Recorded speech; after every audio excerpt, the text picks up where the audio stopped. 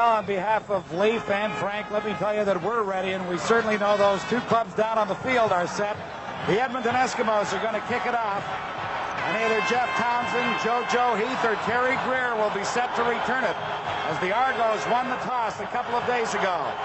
Cutler's kick is high, not too deep, and this is JoJo Heath from his 13-yard line.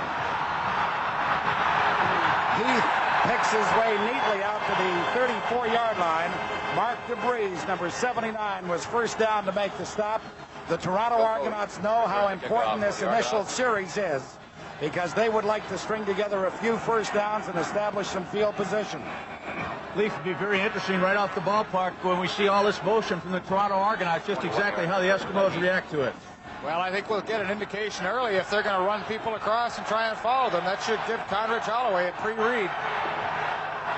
Bob Bronk is 34, Minter is number 20. They go in motion. The play action fake, and the toss goes to Bronk. And Bronk slipped and fell, was covered there by Tom Towns and Larry Hayes. But he does have a first down as the Argos quickly come out. They put it up with that run and shoot and get out to the 48-yard line. Boy, just an excellent job by Bronk slipping into that hole on the right side of the defense of the Edmonton Eskimos. First down for the Argonauts, and they start off with people going all over the place, Lee. Nice way to start the ball game. You pick up that initial first down, relaxes everybody. Gain was 13 yards at his first down, Argonauts. Holloway runs into Dave Fennell, and he will get credit for the sack back at the 46-yard line. Obviously good defensive coverage by that Eskimo secondary, because Holloway had nobody to throw to. Well, he didn't have anybody to throw to, Pat, because they did an excellent job back there. Dale Potter running with the inside receivers. Watch the big rush by David Fennell, number 65. He's working against Doug Smith, the offensive center. He just does a great job of keeping that containment coming from inside out. A big play by Dave Fennell. So make it second down, 12 yards to go. Toronto, the ball at their 46-yard line, the first offensive series of the game. Holloway throws for Terry Greer. It goes off his fingertips. Good coverage there by Tom Towns, who was on him instantly. Leaf, on that type of offense where the Argonauts line up everybody on one side, obviously we talked about that with Ron Lancaster before the ball game. They're trying to use the great ability of Terry Greer, but one thing the Eskimos are going to do, they're going to drop that weak side linebacker, and you saw Tom Towns back there trying to help out. Tommy Towns came out and made the play, and, you know, he put a really good hit on Terry Greer. Terry was a little slow getting up.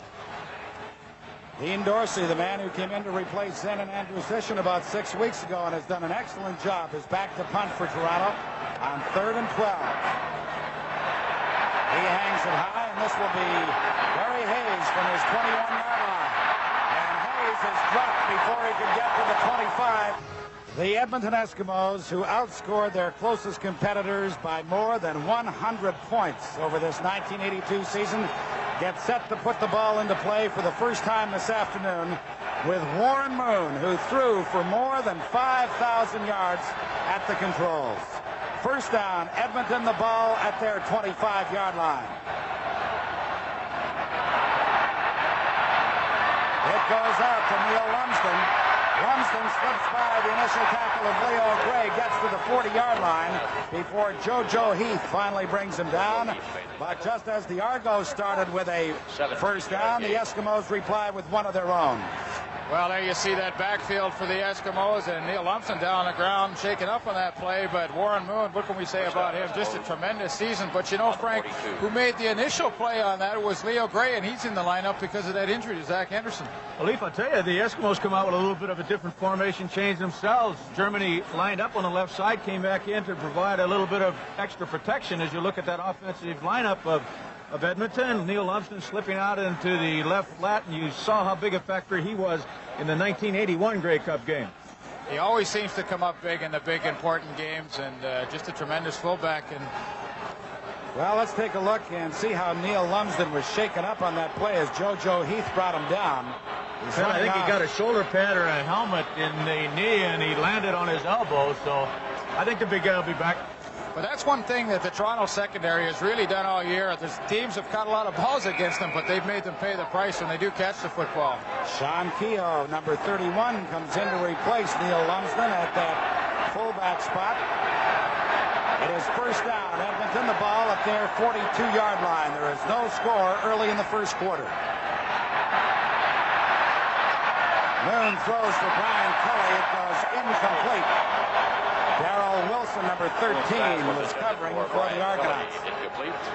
Well, I'll tell you what, great protection for Warren Moon as you look at the defensive unit of Toronto. Big Bill Stevenson just blew out of there, knocking back the left defensive end, Rick Moore, to give Warren Moon a lot of time to roll out to the right side. And you know, Frank, as far as the Toronto defense is concerned, they have to get that pressure from Rick Moore. He's their leading sacker on the season, and he's the guy that they count on. Moore's number 76 at that left defensive end spot. It is second down. Eskimos, the ball at the Edmonton 42-yard line. There was movement by Rusty Olson as Moon delivers again, intended for Brian Kelly, but it's incomplete. Flags are down on the play, and it would appear that Rusty Olson jumped offside and did.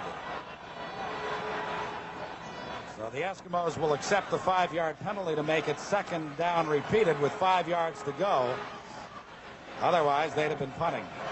Warren Moon, Pat, looks like he's starting off a little shaky, a little reminiscent of last year's Grey Cup, if you'll recall that. Offside, Toronto, number 79, second down repeated. So the Eskimos accept the 5-yard penalty on Rusty Olson jumping offside. It brings up 2nd and 5. Bud Ulrich of Winnipeg, a school teacher out in the Manitoba capital, is the man in charge this afternoon.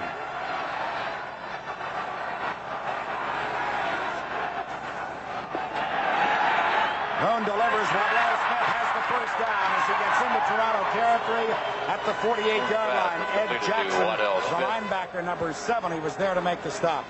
Leaf, a little bit of a different type of pattern for the Edmonton Eskimos with Tommy Scott on the outside, Waddell Smith coming under him. And he comes underneath, and that time Warren Moon put the ball on target, and a big play. You know, the Argonauts got called for that offside, gave the Edmonton Eskimos a second chance, and they take advantage of those breaks.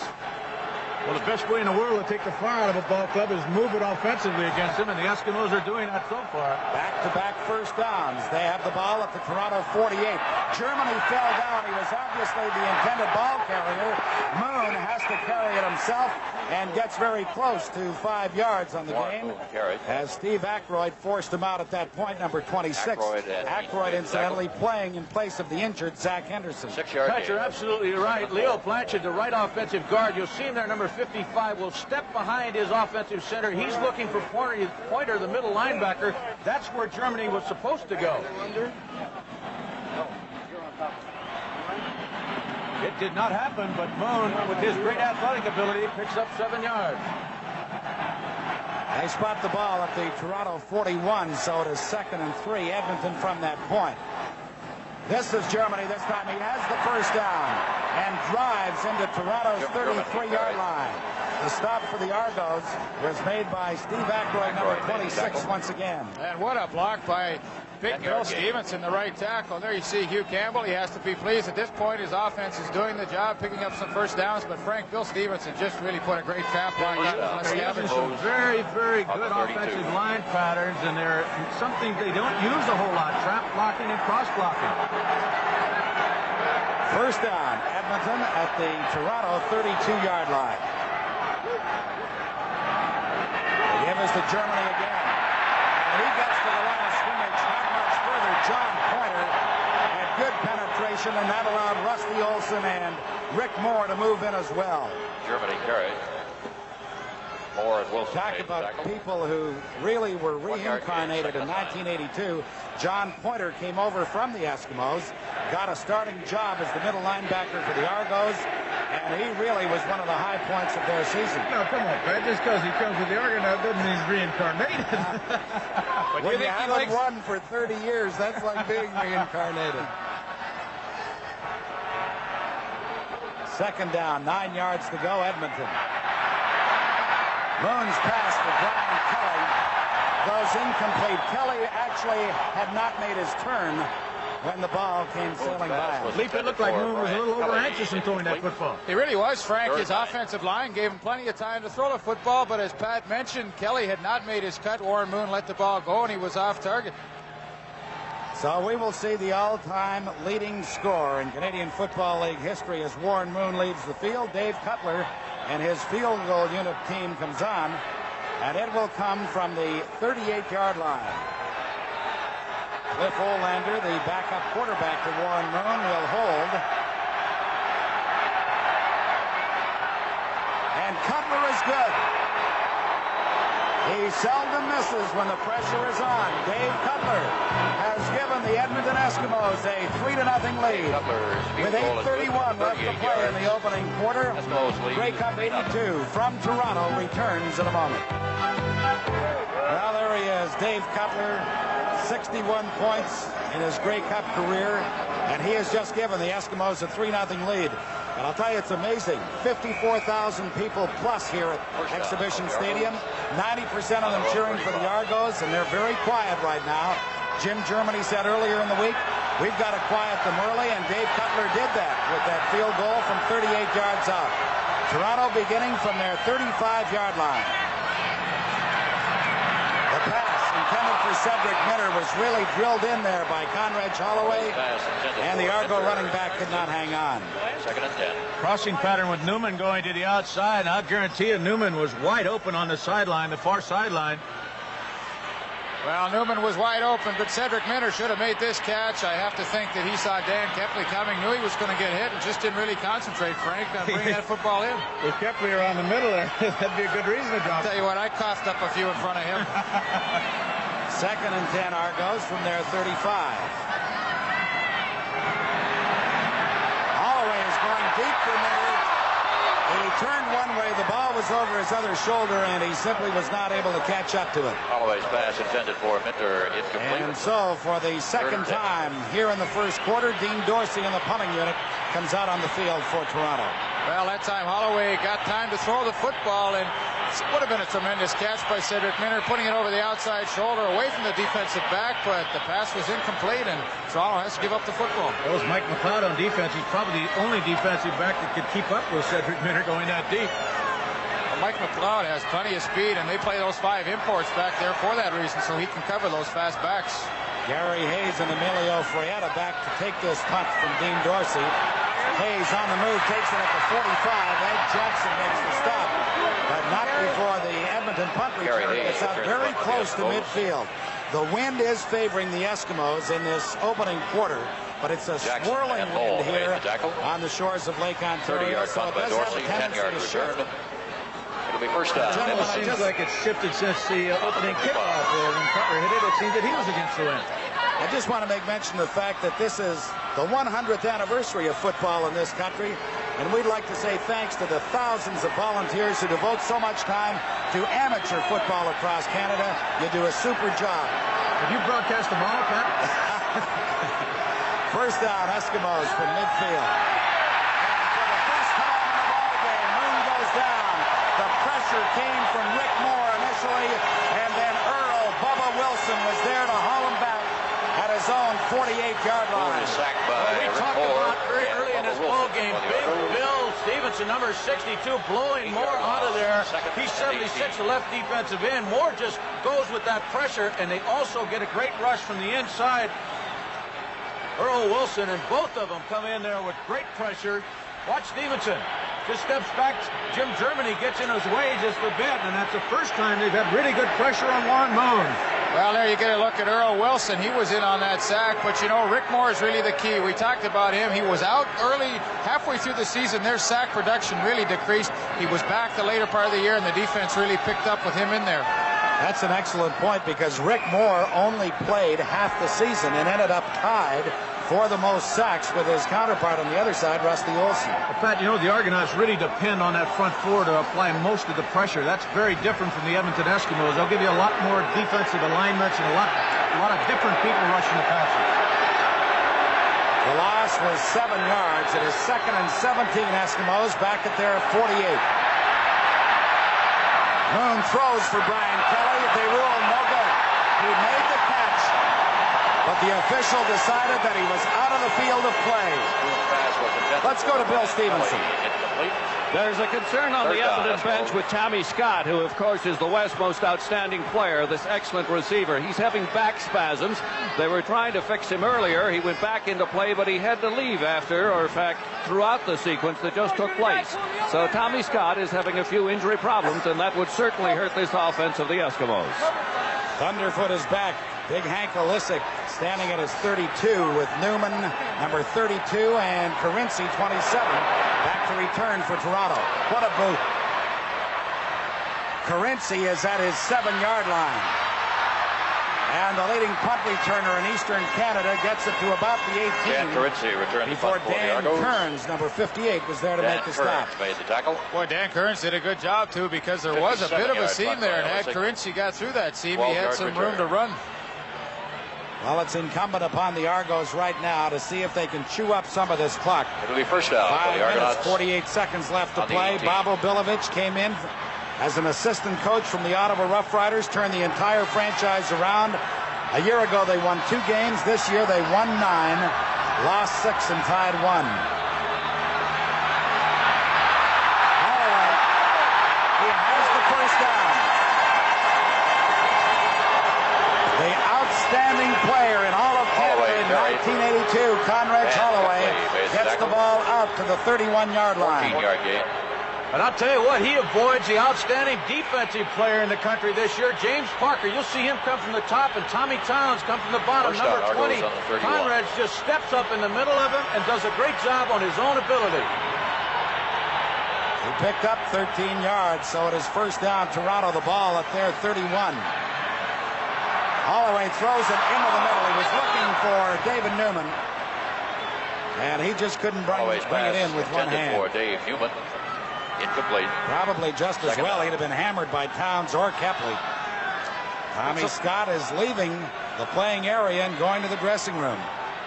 But you know, Frank, the Edmonton secondary and their linebackers are getting such deep drops now with Toronto's passing game. I would think that Holloway will have to dump the ball off at some point to either Cedric Minner out of the backfield or Bob Brock. And possibly move around a little bit more. We saw him move just to play before last. He was very successful with it. He's dropped back 2 or 3 times, a little surprising. 2nd and 10, Argos. Flags come down. And Holloway gets away from Parker again. Drops the ball. It falls right into the hands of Doug Smith. And Smith will have an Argo first down. That's something else that happened in 82. The Argo bounce came back. Well, I'll tell you one thing, Pat. You saw something you don't see very often in 1982 or any other year, and that's James Parker miss a tackle. Watch this. Well, you'll see Holloway, the pressure coming, and boy, he just has a sixth sense of being able to get away from that pressure. But you'll see the ball come loose here, and as Pat said, the Argo bounces back in 82 as Doug Smith, the center, makes an alert play. Number 25, 2nd down and 10. But unfortunately, a penalty flag on the play, and the Argonauts are moved back. The Argos were offside on the play. Don Whitman, who is helping us observe this, and of course will help the CBC broadcast the second half of this ballgame, tells us it was Paul Pearson. Got it? Well, Thank you, Don. Paul Pearson's an old friend of yours from UBC days. Sure he is. I still claim to coach him, except when he jumps offside. Well, Paul Pearson did have a fine year, 62 receptions on the season, and he was a big reason why the Argonauts had so much success throwing the football.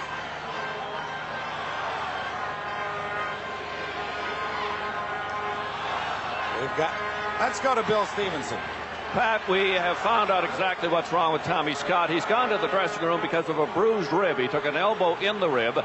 Dr. Cameron said, we've sent him in to have the rib looked at, taped up, but he said, I think he will be back and will be able to play. But that is Tommy Scott's problem, a bruised rib from an elbow.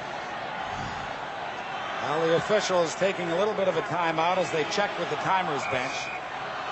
The scoreboard clock shows 4:23 left to play in the opening quarter. The Eskimos are out in front 3-0. Toronto with a 2nd and 15 from their 26-yard line. That's man-to-man, Leaf. They're moving all over the place. And they come back to Emmanuel Colbert. Colbert breaks the tackle. He has great speed. Can anybody catch him? No, sir. Nobody is going to get Emmanuel Colbert. Touchdown, Toronto.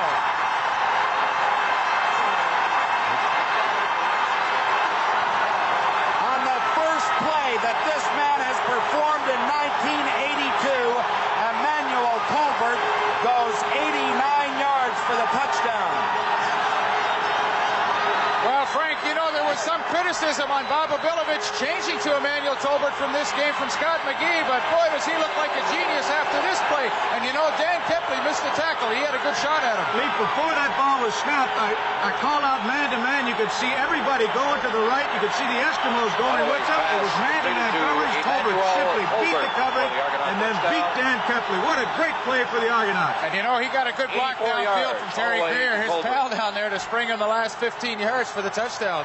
The very first play as a Toronto Argonaut, Emmanuel Tolbert goes for the touchdown. Dean Dorsey's point after is good, and the Toronto Argonauts have jumped in front of the Edmonton Eskimos 7-3. This is Grey Cup 82 from Toronto. Emmanuel Tolbert, your very first play as an Argonaut. Yeah, I tell you, it was just a simple screen, something we worked on. Feel like we had some success against Edmonton. And all I saw was daylight. I just went through an open area, got some good blocks downfield. It was over. You've obviously been preparing. Oh, yeah, I've been preparing, waiting for the chance to come in and help the team. I'm just happy it happened. Joe Holloman with the kickoff return for the Eskimos only gets to the 27-yard line before Mike Hamiluk, the backup center, number 44, was there to make the stop. Incidentally, that great touchdown by Emmanuel Tolbert will go into the books as the fourth longest in Grey Cup history. Paul Decker of Hamilton, Red O'Quinn of Montreal had 90 yards. Whit Tucker of the Ottawa Rough Riders had 86. And Emmanuel Tolbert joins a very select group. Well, Frank, we suggested there'd be a lot of offense today, and what an offensive play that was. You know, there was somebody also got a piece of Larry Highball on that play. We're going to show that at halftime for a highlight and see who that was. We're going to give him a bit of credit as well. From the 28-yard line, the Eskimos trail 7-3, start with a first down. The pass is complete to Waddell Smith. Smith is hit by Wilson as he gets to the 35-yard line. This pass was completed to Waddell Smith. Credit Waddell Smith with a pickup of very close to 8. Well, the 54,000 were quiet somewhat after that field goal by Dave Cutler. But they sure came alive on that sensational pass play, Holloway to Tolbert. Well, Frank, nothing fancy about this. Try and get a little momentum reestablished, and Waddell Smith on the sidelines. Much better throw by Warren Moon. Maybe those initial jitters have gone away now for the veteran quarterback. Moon did suffer from the flu earlier in the week, but apparently he's 100% right now. Second and about a yard and a half to go from the 36-yard line of the Eskimos. Neil Lumsden, the ball carrier, coughs up the ball. Who has it? Boy, Ed Jackson had the initial shot, but he wasn't able to squeeze it. Steve Ackroyd had another shot at the ball. Boy, you're right, Pat. Ed Jackson had it in his mitts. It just seemed to pop loose, and the Eskimos recovered.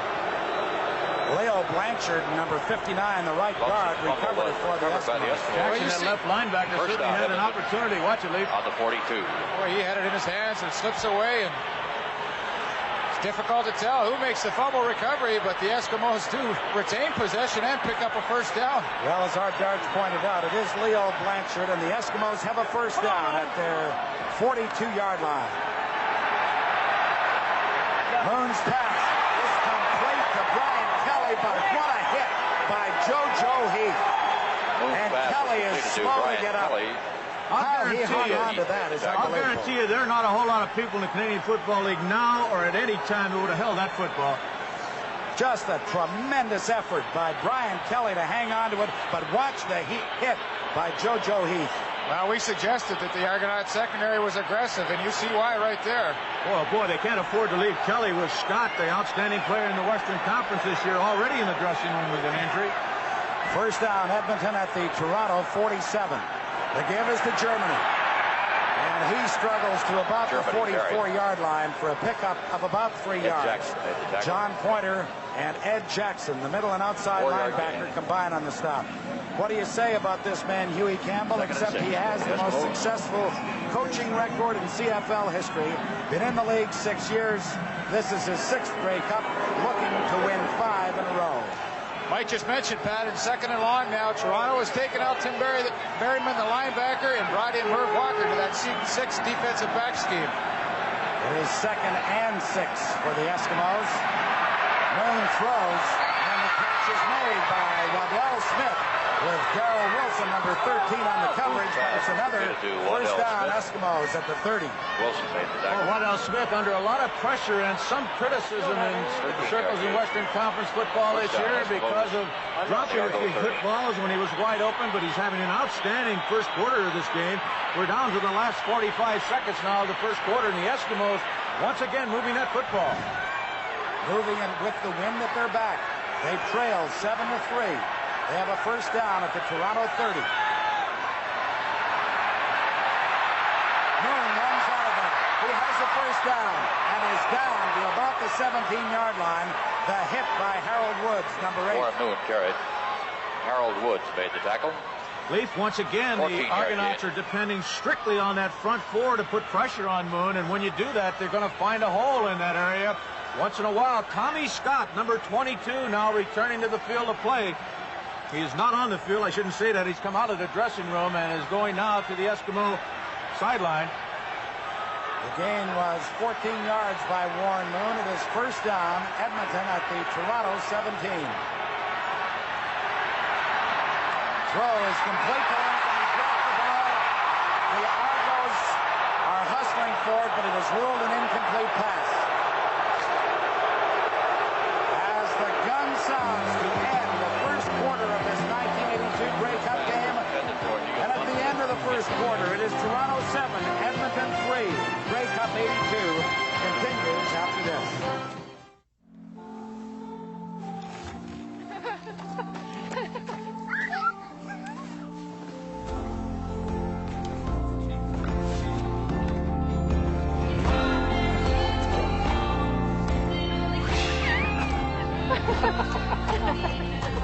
Here's to the everyday things that end up being everything.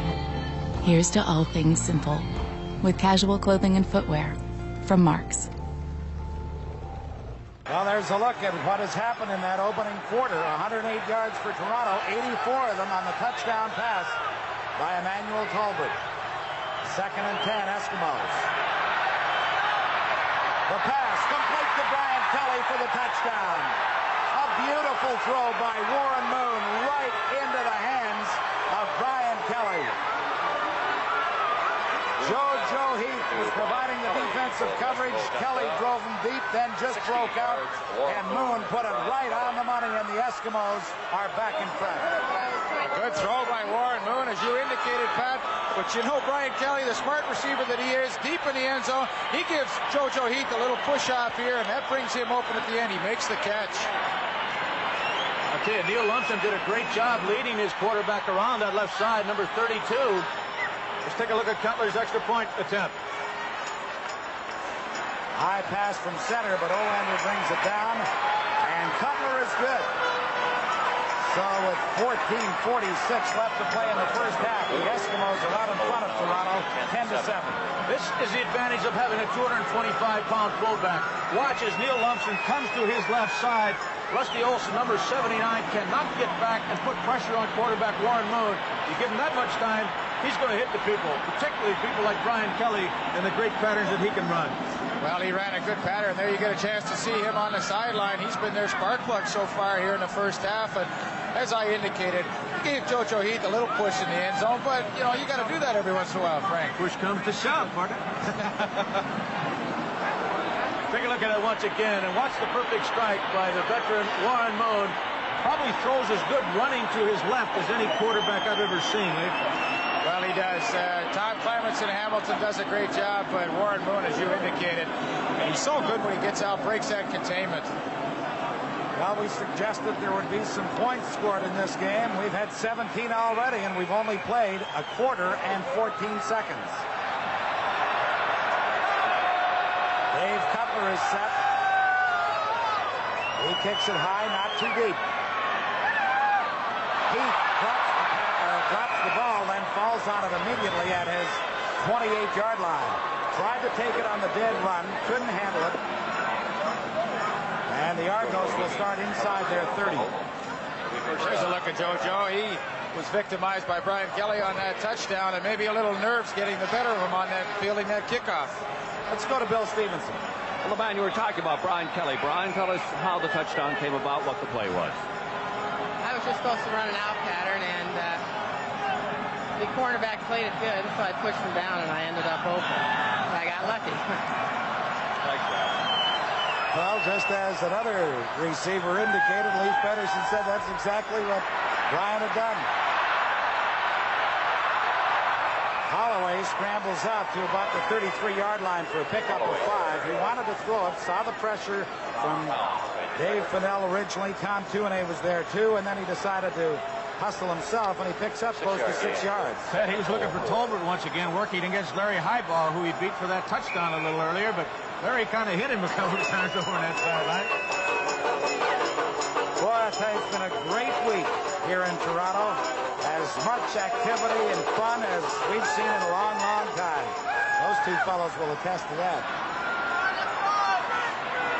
Holloway again felt the pressure, runs it himself, and gets the first down at the 42-yard line. Discretion being the better part of valor. He had Parker on the outside and Dan Kepley looking him right in the eye, so he went down. Well, one of the reasons why we're seeing Holloway have to go to that run so much in this first half, Edmonton just doing an outstanding job with their linebackers and secondary. That time Dale Potter and Gary Hayes double teaming the inside receivers. Just nobody to throw to, Frank. Also, there's nobody to run the football. They're putting everybody up the line of scrimmage as potential receivers on a lot of plays. Holloway's the only one that can take off. Here's another example of that. First down, Toronto from the 42, going deep, looking for David Newman. He makes the catch, but he was out of bounds. Ed Jones was with him step for step. And there was no question and certainly no dispute that he was out of the playing field. Good play by Ed Jones. Dave Newman running a little out and up, and Ed Jones, the great defensive back that he's been in his career with the Eskimos, stays with him step for step, and had Newman made the catch, he would have been out of bounds. You know, Frank, an interesting statistic to me was Ed Jones only had 1 interception this year. That's just, I can't believe it. And yet his teammate right next to him, Joe Holloman, led the Canadian Football League with 9. Brings up a 2nd and 10, Argos, from their 42-yard line. They trail by 3 points. Over here! Holloway throws for Terry Greer. He makes the catch after taking the hit from Joe Holloman. I'll tell you, that's absolutely just great football. A great pattern, an excellent throw, and the defensive guys are all at one time. Frank, that's a good example of the run-and-shoot offense. Holloway 3 steps back, Terry Greer in a quick slant pattern. It's a timing pattern, but look at the great catch by Greer. I can assure you he's done that all season. And Holloman is right there. Absolutely nothing he can do about it. And Holloman's a hitter out there in the corner, too. When you catch the ball, he'll be right there. 16 yards the gain. First down, Toronto at the Edmonton 52-yard line. The toss goes to Cedric Minter. The first running play by a running back for the Argos this afternoon, and he actually loses about a yard as Ed Jones forced him out. Simply wouldn't let him around the corner. 2nd and 11. I don't think that's a play we're going to see too much today, Pat. You know, Conrad Holloway, he almost considers running the football a wasted play in their style of offense. The Argos went from a 2-14 season in 1981 to a 9-6-1 in first place in the Eastern Conference in 1982, and then destroyed Ottawa in the Eastern Final last week. 2nd and 11, Argos. Same type of formation they hit that major touchdown on. Let's see if they go to Talbot again. He's looking at him. It goes into the middle instead. Paul Pearson. And Pearson will be very close to the first down. Gary Hayes makes the stop. Hayes made the tackle. Just great offensive thinking by the Toronto Argonaut Football Club. They're isolating Colbert up on top with Larry Highball, and then get Paul Pearson coming from that slot back position over the middle. He also has got man-to-man coverage by Gary Hayes, number 28. Good throw again by Holloway, but boy, good thinking by the Argonaut offensive strategist. Well, Frank, you know, you and Ron Lancaster talked about Holloway getting that pre-read when they use all that motion. That time, no question what coverage they were going to be in. Let's give Roland Mangold some credit for picking up the blitz by Dan Kepley on that previous play. Holloway goes down at the Edmonton 35-yard line, but he'll have a pickup of 6 yards. Kepley and Dave Fennell are there to make sure he didn't get up and go any further. Well, that's what really makes it all work for the Argonauts. Great athletic talent of the outstanding player in Canada in 1982. Makes no hesitation, just brings that ball back down and sees some daylight. 10.5 minutes left to play in the first half. Edmonton 10, Toronto 7. Bob O'Billovich, first year as a head coach, and he's in the Grey Cup. Holloway's throw is complete to Terry Greer inside the 20 at the 19-yard line. Another first down for the Argonauts. Cedric Minter a little slow getting to his feet. Holloway trying to get some inside help from Ed Jones, number 24, but Jones does not get there in time. Well, Edmonton sitting back in zone coverage that time. Same slant pass to Greer, same results, because you're going to have a natural seam right there where you see Greer catching the football. You saw Jones slip and fall just when he was trying to provide underneath coverage on Greer. First down, Toronto. The ball at the Edmonton 18-yard line. They trail by 3. Tom Tuinei couldn't hold on to him, and Holloway is inside the 10 to about the 9. Very close to another first down. David Boone and Gary Hayes finally bring him down, but Tom Tuinei had a marvelous opportunity to get the Toronto quarterback back to the line of scrimmage. Leaf, you know what the Toronto Argonauts have done? They've neutralized James Parker in this drive. He has not pressured quarterback Conrad Holloway at all. Bob Brock, the big fullback, has picked him up on most occasions. He is not a factor right now. You know, Frank, I talked to their offensive line coach, Bob Palcic, this week. That was their game plan. Bob Brock's #1 assignment today was to control James Parker. But, you know, you have to be impressed with the calmness of Conrad Holloway. He hangs in there, looks downfield, and he's running the football so successfully this first half. Argos come up a yard short of the first down. The ball is just inside the Edmonton 10-yard line. Short yardage offense for the Argos.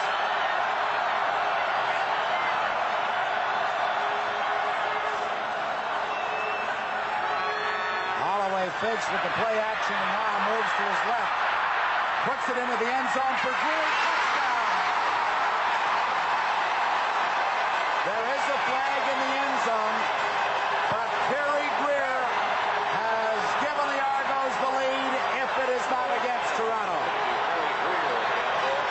Larry Heimbach will be called for interference. He just out and out grabbed Terry Greer in the end zone, but Greer didn't give up. He kept going. There you see him. He's got the touchdown, Frank. I think you're absolutely right, and that's the second time in the first half of this ball game that the veteran Larry Heimbach has been beat for a major score. You'll see it at the top of your screen. Heimbach, number 13, the leading receiver in the history of the Canadian Football League, and Greer just goes up high to score the second Argonaut major. But you know what I like? I like second and short. They run play action and throw the football. That's, to me, I like that style of like offense. The athletic talent of that young quarterback, Conrad Holloway. Not too bad. The point after by Dean Dorsey is good. Terry Greer, are you surprised they're not double teaming you? Well, not really. I really don't expect Edmonton to change their scheme of things on the count of me. But I was kind of surprised. We thought they would give us a little double coverage, but the second half, I think they will. Describe the play. Well, it was a backside play. Cousins got in trouble. They had the other side covered, so I was going open. Thank you. All right. Joe Holloman starts from his 5-yard line, and he slips down inside the 20. Gord Elser was first down. Ed Jackson was there too, number 70. And the Eskimos will battle not only that Argonaut defensive alignment, but also the wind starting inside their 20 at about the 18. Boy, Frank, how many times have you seen after a team scores a touchdown on that kickoff, it really fires that special team up? No question about that. I tell you, watch Conrad Holloway on that last touchdown because he really paid the price. His helmet was completely knocked off, and I believe it was Tom Tuinei, number 60, who got in there, but far too late from the Eskimos' point of view. Eskimos now trail 14-10, starting from their 18-yard line. They swing it out to Lumsden, and he's wrapped up by Harold Woods, but he has the first down to about the 29.5-yard line. Lumsden shaken up earlier in the ball game. Back now, obviously running at full strength, and picks up 12 yards. A little surprising, Pat. Brian Kelly was not in on first down. Marco Sinkar was a wide receiver for the Eskimos, but Kelly's returned to that lineup now.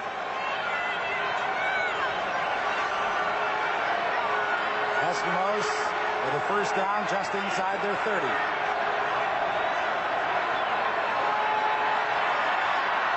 Moon fires, runs, then he makes the catch and has another first down for Edmonton at the 46-yard line of the Eskimos. And I believe that was Tommy Scott, and that's the type of pattern that the Eskimos run at least half a dozen times a ball game. Scott on that breakout trying to find the seam between that underneath coverage and the deep coverage, and he did it there. Just managed to stay in bounds. He did. From that slot back spot, Lee. He lets Waddell Smith take it deep and clear it out for him, and it's an easy pattern where you just sit in there and find the open seam. First down, Eskimos at their 46.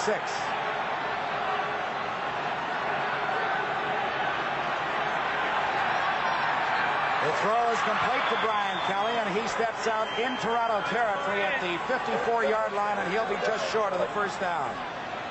Let's go to Bill Stevenson. Larry Highball, one of the excellent defensive backs. Larry, your defense seems to be having a little confusion out there. Well, right now, the guys up front and the linebackers, we're just not going where we're supposed to be going. And when you give Holloway time, he'll kill any defensive back in the league. And we got Terry Greer coming down running those slant patterns. We just have to get down to where the guys in front know where they're going. And the defensive backs, we have to start covering a little bit better. It is second and a yard to go. Edmonton, the ball at the Toronto 54.5. Moon keeps it himself, has the first down, and gets the ball into about the Toronto 51 or 52-yard line. 7 minutes, 3 seconds left to play in the first half. Toronto 14, Edmonton 10. It's been a dandy. Pat, we talked about the fact that we've got number 1 and number 2 as far as offensive football teams out here today. No disappointment so far for sure. Well, the CFL averaged more than 51 points a game. We've already got 28 with half the second quarter to go.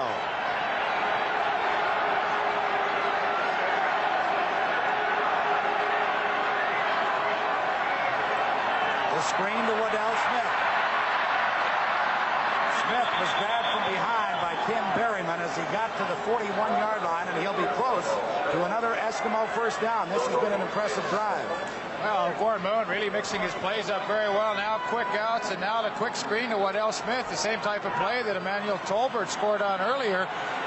But Frankie gets some good blocking out in front of him as well. Well, they like that. They turned around and put a little Toronto offense right back into theirs. They motioned everybody to the right side and hit Waddell all alone. First down, Eskimos from the Toronto 41. Moon looking for Brian Kelly all alone for the major score. And the Eskimos are back in front. Just an absolute great individual effort by Brian Kelly as he turned Darrell Wilson inside out, beat him with that post pattern, and Warren Moon had plenty of time to throw it. Leaf, take a look. Well, there's no question one of the best and most precision pattern runners in the league is Brian Kelly. That time a little fake to the outside, turned Darrell Wilson completely around, and that's an easy touchdown. Brian Fryer also working on that side, made Darrell Wilson cover him man-to-man, and you can't do that very often with Brian Kelly. Toronto Argonauts have found that out twice in the first half. I tell you, we talked about offense, and are we ever seeing a display? The point after by Dave Cutler is good. It seesaws back and forth. 5 minutes, 52 seconds left to play in the first half. Edmonton 17, Toronto 14. This is Grey Cup 82 from Toronto. Time to throw the football by Warren Moon, and Brian Kelly with just a great individual effort, a post pattern, beating Wilson very easily into the end zone. The Edmonton Eskimos move ahead 17-14. We've got 5:52 left to play in this first half. Dave Cutler is set. This is Terry Greer from his 10-yard line. Good coverage by that special unit. Tommy Towns was first there, then Manchuk was there too, and Toronto will be starting inside their 30-yard line. 19-yard return. First down for the Argos on the 29. Now, Conrad Holloway has thrown a touchdown pass to Emmanuel Tolbert and one to Terry Greer. Let's see who's next. Bill Stevenson, what's happening? Brian Kelly's been having problems. He had a hyperextension of the knee. This occurred very early in the ball game. He's been playing with it, and as you can see, tremendously well with 2 touchdowns. Now, every time we try to get a shot of them working on his knee, they send out a ball boy to stand in front, so we can't. However, that's the problem for Brian Kelly. And Conrad Holloway had himself a problem too as he goes down at about the 27-yard line. Dave Fennell wouldn't get out of his way. Consequently, Holloway had no place to go. I'll tell you, I want to show you that great battle that's going out there between Bob Bronk, number 34, and the outstanding player in the country this year defensively, James Parker. And Bronk is doing just a tremendous job of keeping him out of there. Look at that. He stops him at the line of scrimmage. Parker obviously coming up with a great effort, but so far the Argonauts are neutralizing him. Got a bit of a problem with the football, so they'll make an exchange. As Toronto lines up offensively, we take a look at James Quick Parker. Really has not been a factor in this first half because of the play, as Riggs just mentioned, with Bob Bronk. 2nd and 11, Toronto from their 27-yard line. Holloway over the middle for Paul Pearson. He tried to make a one-handed grab and couldn't bring it in. Good coverage in that deep secondary by the Edmonton Eskimos. And so the Argos will be punting. Well, Frank, you know, one thing that I think is interesting, the Eskimos are not blitzing nearly as much as I remember them, and they just seem to be thinking their front four and front three can get enough pressure on the quarterback because they're getting great drops from those linebackers. I think they're a little concerned against Conrad Holloway because he's taken off with that football so well against them. On 3rd and 12, Dean Dorsey stands inside the Toronto 15-yard line to boot to Gary Hayes, number 28, or Emilio Frietta, number 37. This will be Frietta from his 42-yard line. Toronto assistant coach Bob Pelsick, you are really doing a job neutralizing Shenley Winter Parker. Well, I tell you, we're not doing anything special, Brian. It's just that Bob Bronk is doing a super job right now. I just got to hope that he keeps it up for the remainder of the ball game. Good luck. Thank you very much. It has been a sensational first half. 4 minutes and 15 seconds left to play in the second quarter. Edmonton 17, Toronto 14. But really now the pressure is on the Argonaut defense as the Eskimos start from their 49-yard line. The give is to Lumsden. A gaping hole as Big Neal gallops into Toronto territory and is finally brought down by John Pointer, the middle linebacker, at the 49-yard line. I'll tell you though, Pat, Heck Portier, number 63, the left offensive tackle, did a great job of getting the Pointer to the middle linebacker, and that's absolutely the key when you want to run that kind of play. Watch Pointer, he's number 37, Heck Portier, number 63. The gain was 12 yards. It is first down Edmonton at the Toronto 48. Moon throws complete to Brian Fryer. His first catch of the ball game is to the 35-yard line, and another Eskimo first down. John Pointer made the stop again for the Argos. 14-yard gain. You know, when Warren Moon rolls to that wide side of the field, he knows he's going to get zone coverage to the backside, to the short side of the field. That time, Brian Fryer, the excellent receiver he is, just hooked up between Tim Berryman and John Pointer, the linebackers, and that's an easy play when you've got receivers like Brian Fryer who can find those seams. Edmonton 17, Toronto 14.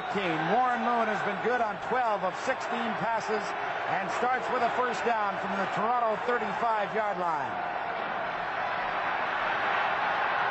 Brian Kelly makes the catch at the 22 for another Eskimo first down. Darrell Wilson made sure that he stayed down. Leafy got down awfully quick. I think maybe he's remembering that JoJo Heath shot he took a little bit earlier in the first quarter of this ball game. Take a look at it. I tell you what, you take a hard hit and you'll think twice the next time. But boy, Kelly does a good job. Once again, Toronto in that zone coverage. The Edmonton receivers are finding the soft spots. But look at Kelly. He's noticeably limping out there. He's having a problem with that hyperextension. He's caught 5 passes, 2 of them for touchdowns already in this ball game. First down Eskimos from the Toronto 22. Tommy Scott right open. Waddell Smith in the end zone, but the pass is picked up on a great play by Steve Ackroyd. Waddell Smith slipped just as he got to the ball. Ackroyd was able to make the interception and take Toronto out of a huge jam. Leaf, I don't know if we're going to get a wide enough shot of this, but Tommy Scott was wide open. Warren Moon just did not see him down inside the 5-yard line. If you can pick it up on the left side of your screen. Well, Frank, either he did not see him, or he just had his mind made up that he was going for the home run to Waddell Smith. But Steve Aykroyd, most of the year in a backup capacity, getting a chance to start in this Grey Cup game, and what a tremendous interception and play he makes in the end zone. What a lift for the Argonauts. They take over at their 20-yard line, trailing by 3 points. 2:27 left in the first half. Holloway throws, Greer makes the catch and slips down at the 28-yard line. He'll have a pickup of 8. Well, there's Steve Aykroyd, the young man from Sheridan College here in the Toronto area, and as I said, mostly in a backup capacity, but today with the injury to Zach Henderson, he gets his chance to play in his first Grey Cup game. We have not seen the footing in this ball game a major factor. However, Waddell Smith did slip to help the Argonauts pick up that interception, and so very important it was. Clock is running with 2:10 left in the half. Argos 2nd and 2. Holloway throws. Terry Greer has the catch at the 45-yard line. Holloway was all over him. Greer was still able to hang on. Leap up at Joe Holloman is saying to himself, what do I have to do? You can't provide any better defense than that. Greer right there running that little inside slant pattern, and Holloway right on the money. Well, Terry Greer can frustrate a lot of defensive backs in the league, and Joe Holloman, as you indicate, must be frustrated at this point because watch right here, he's over the top, tries to strip that ball loose, but there's no way against Terry Greer. 5 pass receptions for Terry Greer, including 1 for a touchdown. The Argos with a first down at their 45. Into the middle it goes to Cedric Minter. Minter has another Toronto first down into Edmonton territory at the 53. Oh, I like it. Let's go to Brian Williams. Steve Aykroyd, the man that made that interception, you're replacing Zach Henderson. I thought prior to that interception, though, Moon was having a lot of success picking you guys apart. Yeah, well, we were in a couple of zones, and of course Warren is a tremendous quarterback at picking zones apart. And he just found the open hole, and he had a little bit of time there. So by that time, we managed to squeeze receivers into the middle, and he just happened to be there. A minute 25 left to play in the half. First down, Toronto from the Edmonton 53. James Parker makes the sack for the Eskimos on Holloway back at the 50-yard line. Holloway sacked by James Parker. Well, we talked about Parker being held out of there so often in this first half. Take a look at him. He's coming from the top side. James Parker, the outstanding defensive player in the Canadian Football League this year, and he makes the move on Cedric Minter, number 20, to the inside, and gets the first sack of this ball game for James Parker. But Frank, what's interesting, that's really one of the few times in this first half that they've had that desirable matchup. Parker on a smaller back such as Cedric Minter. Absolutely right. The loss was 6 yards. It is 2nd and 16. He's now this is the Terry Greer. He's going to fire a deep downfield for Paul Pearson and just over his head. Pat, you know who's going to win this ball game? The team that has the ball last. Well, you remember earlier in the year, Terry Greer in the game against the Winnipeg Blue Bombers, he threw a perfect strike for a touchdown. Watch here, he doesn't connect with Paul Pearson, but for a wide receiver, not a bad arm, Frank. Strangely, both of these ball clubs have that capability. Waddell Smith can also throw the football. You know, we mentioned that the wind was at the back of the Argonauts for this second quarter, and I suspect that may have had just a little bit to do with the pass being beyond the outstretched hands of Paul Pearson, because had he made the catch, he had the touchdown. So Larry Highball was the only Eskimo anywhere near him, Pat, and he was a good 10 yards away. Absolutely was. Dean Dorsey's punt comes to Gary Hayes at his 20-yard line, and he's snowed under there. Aykroyd was down first, and Gord Elser was there. 47 seconds left to play in this first half. The Eskimos are out in front of the Argonauts, 17-14. Well, boy, it has been a tremendous first half of this 1982 Grey Cup game, and you've got to know for a fact the second half is going to be just as good, and Don Whitman, Ronnie Lancaster, and Leo Cahill will be here to bring it to you. And so on behalf of all the CTV crew who have done football in 1982, let me just say how much we've enjoyed it, and I know the fans have too. It's been a great year. The screen is set up to Jim Germany. Germany has a first down and more. The ball comes loose. Tommy Tommy Scott dove in there. Let's see if he came up with it. He did.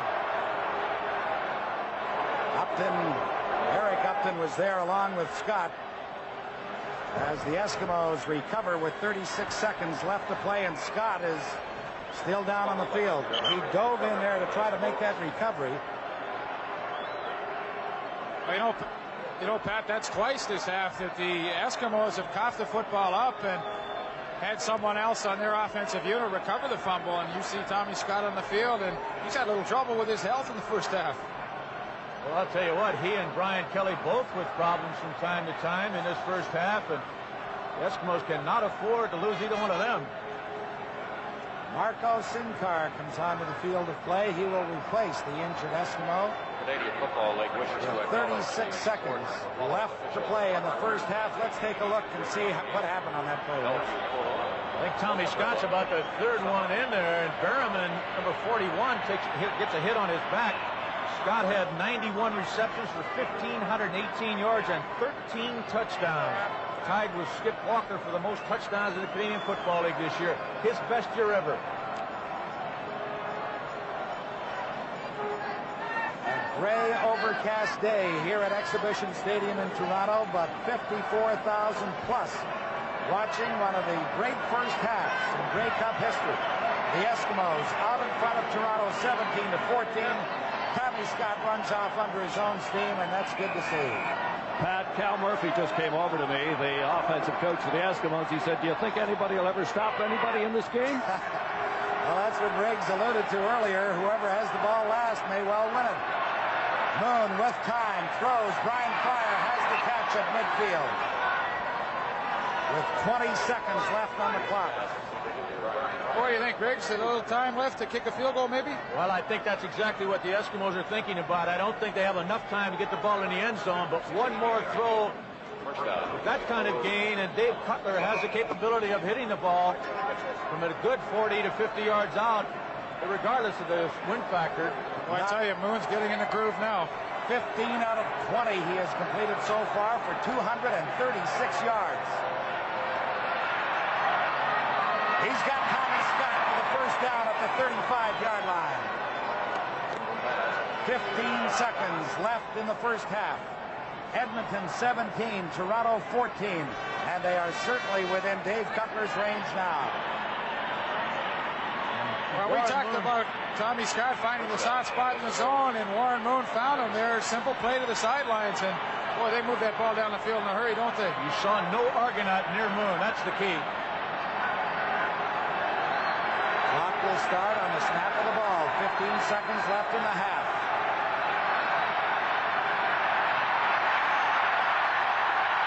Warren Moon down to the 21-yard line with 6 seconds showing on the clock.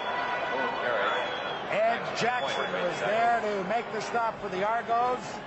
And we have a timeout as called by the Eskimos, who lead the Argos 17-14. 6 seconds left to play in the first half. This is Grey Cup 82 from Toronto. Well, you see the hierarchy of the Eskimos talking things over with Warren Moon. A slight sprinkling of rain has begun to fall here at Exhibition Stadium. Now with 6 seconds showing on the clock, do you go for one more play, or do you bring Dave Cutler into the ball game? Well, I think you bring Dave Cutler into the ball game, and the only reason why I say that is I'm watching him trot onto the field, Pat. But while I have this chance, let me thank you and Bill Stevenson and the entire CTV crew for making my first year most enjoyable. Well, thank you, Lee. It was a pleasure, and certainly a pleasure doing this first half, because it's been a great one. Cutler's field goal try will come from the 29-yard line. And it is good. So the Eskimos increase their lead to 6 points, 20-14, with 3 seconds showing on the clock. Pat, I was very fortunate, as you know, in my rookie year to play in a very exciting Grey Cup game. I think this was very close to matching it. If you recall, the Hamilton Tiger Cats and ourselves 35-28. This thing might outscore that easily. You know, we were talking about Grey Cup games, and that certainly was one of the most exciting. The one played in Vancouver that Frank is talking about. And this one is shaping up as one of the all-time great ones. Already 34 points scored with one play yet to come in this first half. The culmination to one of the great sporting weeks of the year in Canada. And Toronto won't get fancy. Holloway will take the pass from center, and he goes down on one knee. But they still have a second to kill. Well, Pat Leaf with a second left to go. And Frank, I'd just like to say what a great season it has been for all of us, and what an enjoyment it has been for me. A very enjoyable season. I'd like to add also, gentlemen, that rain that was forecast, the weatherman's completely right. It's starting to come down much harder now. Well, thank you, Bill, and thanks to everybody at CBC for their tremendous cooperation. The score at the end of the first half, Edmonton 20, Toronto 14. We'll be back with our halftime show in just a moment. Dave Cutler preparing to kick off to get this third quarter underway. Edmonton will be going against the wind in the third quarter, and then they'll have the wind to their advantage in the fourth quarter. JoJo Heath brings it out to the 34-yard line, and that's where the Argonauts will scrimmage. Bill Manchuk was there to make the tackle. That was a 53-yard kickoff. Dave Cutler, now the all-time Grey Cup scoring leader with 66 career points. He needs one more convert and one more field goal to tie a couple of existing records. And when you make as many Grey Cup appearances as he has made, it's not difficult to etch your name into the record book. Conrad Holloway, one big bomb so far in the ball game. 84 yards to Emmanuel Tolbert. First and 10. The Argos at their own 34. Going deep for Terry Greer. He overthrew him. Boy, he just barely overthrew him, too. Terry had beaten the coverage. Holloman on that one. Got himself into the open. If that ball was thrown properly, that's a touchdown, Ron. Well, he's running his normal pattern. Down and coming to the inside. They hit it 3 or 4 times first half. He started it in. Holloman come in after him. He just turned outside.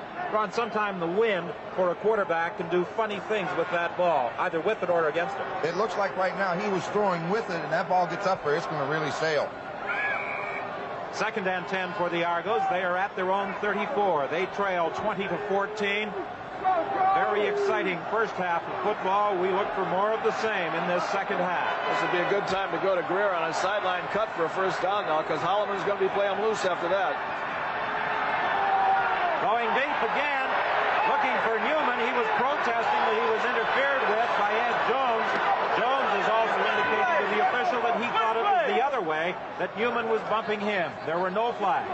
Shouldn't be a flag. He was trying to get by him, and Jones was doing his job on defense. They just banged together. The ball was too far for either one of them. He brings Cedric Minner back in the block. He's just going to try to go deep. Very early, 2 deep passes. He just threw it too far. He couldn't have got it. Good job on the inside there of the stunt blocking. The right guard picked up the middle linebacker, Kepley, in good fashion on that play. They tried to fool him with a little blitz coming up the middle. Third and 10. Dean Dorsey kicking to Gary Hayes and Emilio Fraietta.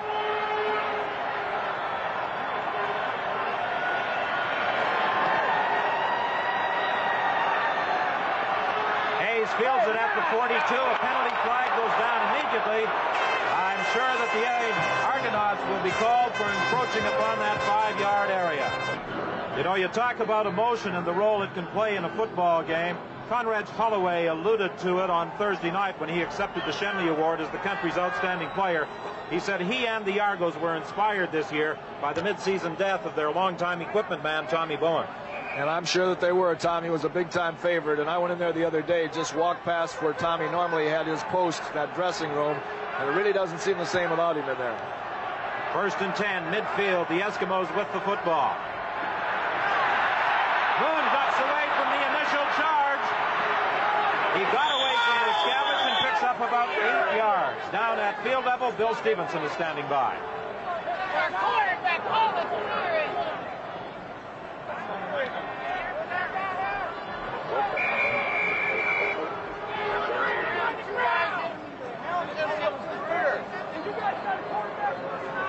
Obviously, we are having some microphone problems down at field level, and we'll attempt to get back to Bill and Bill Manchuk. Rod Conop, the injured player, a graduate of Wilfrid Laurier.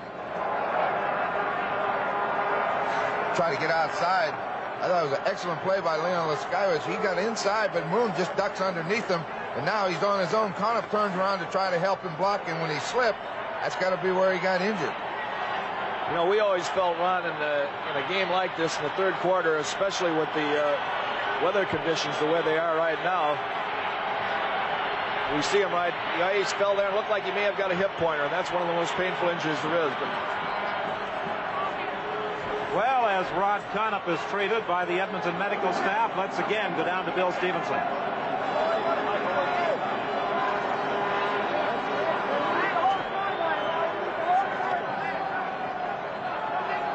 Well, apparently we are still having some microphone problems down at that Eskimo bench.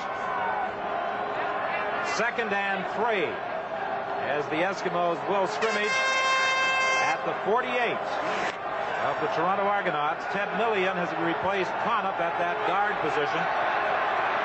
Rod Conniff, a rookie with the Eskimos this season. What a fine job he has done. On 2nd down, flags fly.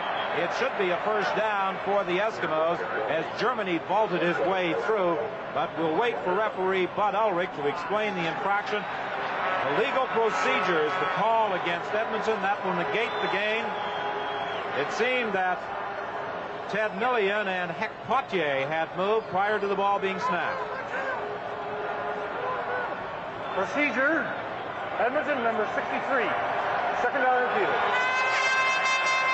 as I was going to say before, Ron, with weather conditions the way they are and going against the wind, I think as far as Edmonton is concerned, they just hope in the third quarter they can hold Toronto to a touchdown or less. But if they should get lucky and go down here and score, it's really going to put an imposition on Toronto. Yeah, they got to come back this quarter when they want to move. 2nd and 8 now from the 53. The pass is deflected.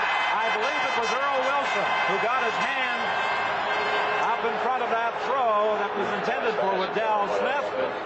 The Edmonton Eskimos are forced into a punting situation. And that was a costly penalty too, Ron, because if they would have got that first down, they would have been in great position. Yeah, they needed that first down, and they lose it because of the illegal procedure. But he's trying to throw it under to Waddell Smith, that left hand, big left hand. And Wilson's comes up there. He's a big man. He can block out the sun. You know there isn't any today.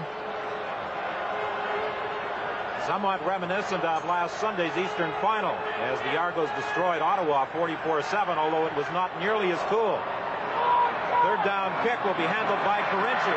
Carinci at the 15-yard line, running it out to the 24.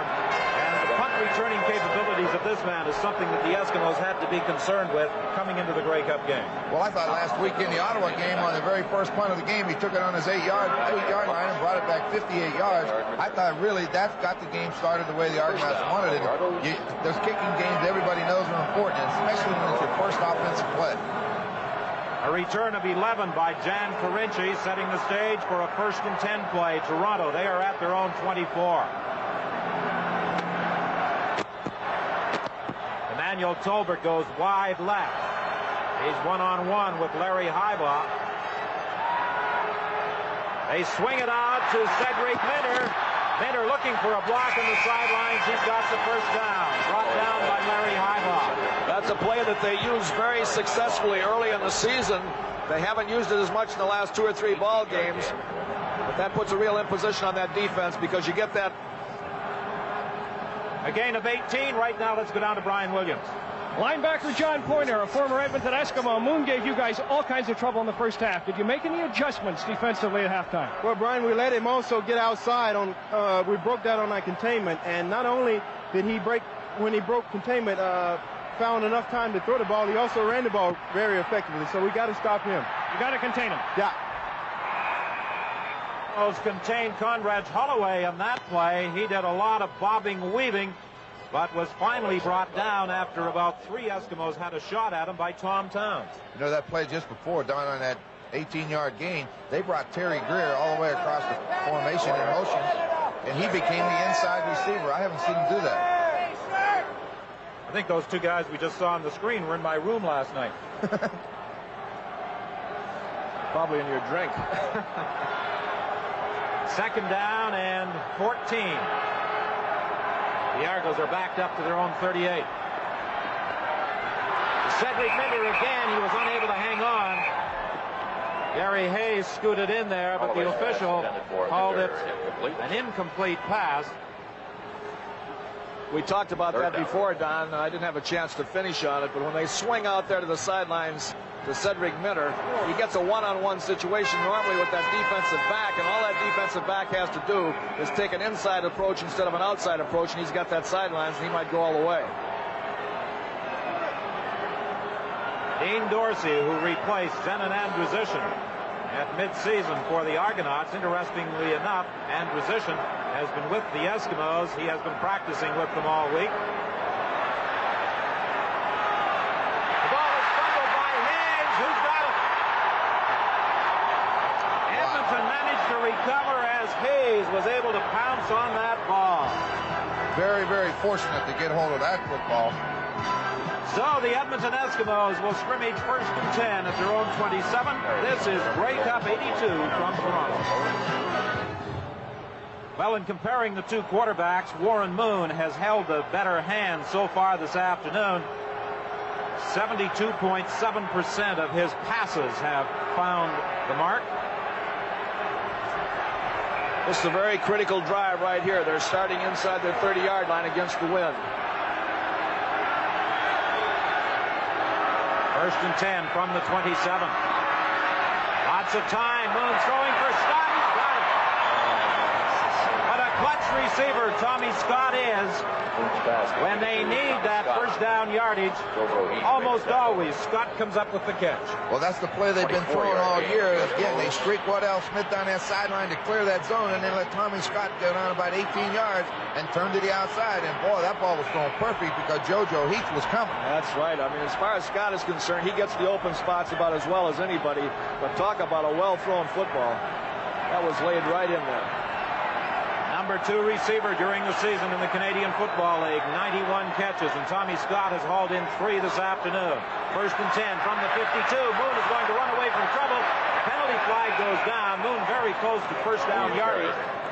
That penalty flag back at the line of scrimmage, and again we'll wait for the officials to sort it out and get the signal from referee Bud Ulrich, the holding call against the Toronto Argonauts. I think it's on one of the receivers. I thought coming off the line at the bottom of the screen, tried to get inside and couldn't make it.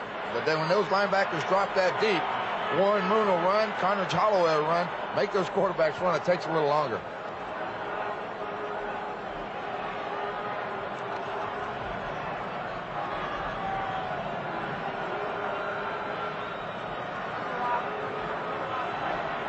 Holding Toronto, number 41, first down. You caught it, Ron, holding against Tim Berryman as they attempted to hold up that receiver coming off the line of scrimmage. Well, it's quite comfortable up in our press box location this afternoon at CNE Stadium. Not so for those sitting in the open stands and for our sideline commentators, Bill Stevenson and Brian Williams. Germany on first down continues to fight to the 41-yard line. Germany carry. Well, we did not have much success before, Bill. Hopefully your microphone is working this time. I hope it is, and I think it is. The Defensive Player of the Year, the Shenley Award winner, James Parker. James, is that Argo club doing anything different or surprising to you offensively? Good at film in the last couple of games. So we're basically trying to keep doing what we're doing. Playing this type of defense, just play a little bit better, try to contain the quarterback. You're not blitzing too much. No, not as much. You know, the foot isn't too good, but we're still basically trying to get on him. Germany carry. On 2nd and 3, Jim Germany picks up the first down. Stopped by Ed Jackson. 8:03 is the time left in the third quarter. 20-14, the Eskimos leading and threatening to add more to their point total as they will have a first down just outside the 35-yard line of the Toronto Argonauts. It almost looks like Warren Moon is trying to prove that although Conridge won the big award, that he's a great quarterback, and he's certainly doing that. Well, there certainly are no doubts that Warren Moon is an outstanding quarterback. He has the ability to do so many things, such as run with the ball when in trouble. He fumbles, but I believe it was ruled that he had touched down before the ball bounced away. Steve Aykroyd was the man who tripped him up, but it is a first down for the Edmonton Eskimos with 7:18 left in this third quarter. Moon's going to try to roll out. They're going to give him a zone. The safety man is real high, deep into the end zone. He's not going to let Brian Kelly deep. But watch the moves Warren Moon makes on this run. That is a great run. Leaves 3 defensive men right in his wake. Several years ago, they used to put a linebacker on the quarterback because he's an uncovered man. Nobody had him, but they can't do that now. There's too much movement on the offense. Big advantage for the Eskimos in terms of first downs, and Moon will look for another. Again, he will run with the football. And Moon is buried in the vicinity of the 10-yard line, but that will be close to another first down. Warren Moon, the leading rusher in this ball game. He has been running away from pressure. Coach Hugh Campbell referred to the all-around abilities of this man. He does so many things well. Throwing from the pocket, throwing that deep pass, throwing to the sidelines, running with the ball when pressured. He's a complete quarterback. He's a complete athlete. He's big and strong, and he moves well, and everybody knows he can throw. That's about all. There's nothing he can't do. First and goal from just inside the 10-yard line. The handoff to Germany. Germany fights his way to about the 6. Fumbles the football. Who's got it? The Argos have got it. Well, that's a big break for Toronto, stopping that drive. Harold Woods is the man who came up with the football. And that's twice now that big drives by the Eskimos have been snuffed out with an interception and then a fumble. Just a straight dive. Looks like he's got control. He makes a good move outside. Ed Jackson's the one that knocks it out of his hands. Just hit the ball. Recovers. Hit the ball right with his fist. I was just about to make a point, but here we are in the third quarter. They're going against the wind with only 6 minutes left in the third quarter. Had they got in there and scored on that play right there, with the wind being in their advantage in the fourth quarter, it would have put the Argonauts in a real hole. So that was a big play for the Toronto Argonauts. The Argonauts are 1st and 10 at their own 7-yard line. 5:45 is the time left in the third quarter. Holloway throwing on the sidelines for Miller. He fumbles the football. It's recovered by Edmonton.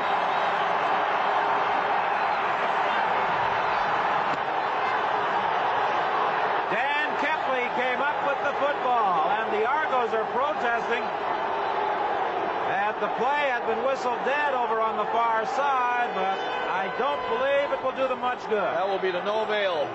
Anytime you see the official staying with the ball carrier on a fumble, you know that he hasn't whistled it dead, and that's what he did on that play.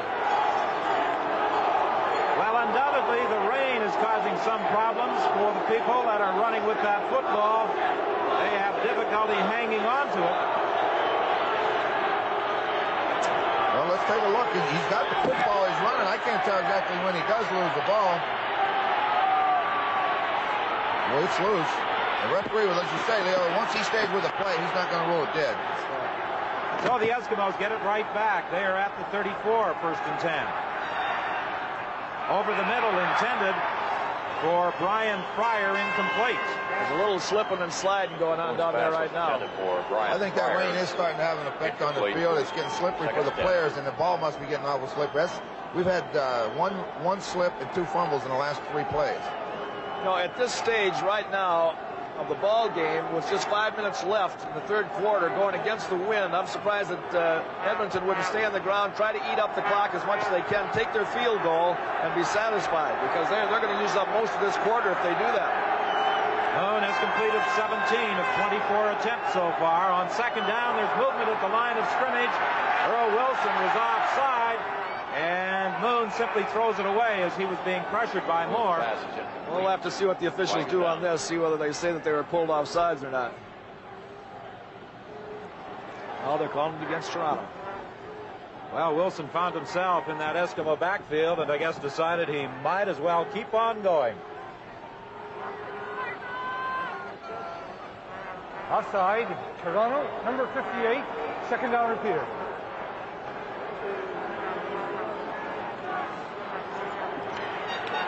Well, you can see him jump. I thought they'd blow that play dead right away when he was offside like that, so because he was all the way into the Eskimo backfield. There's no way he could have got back.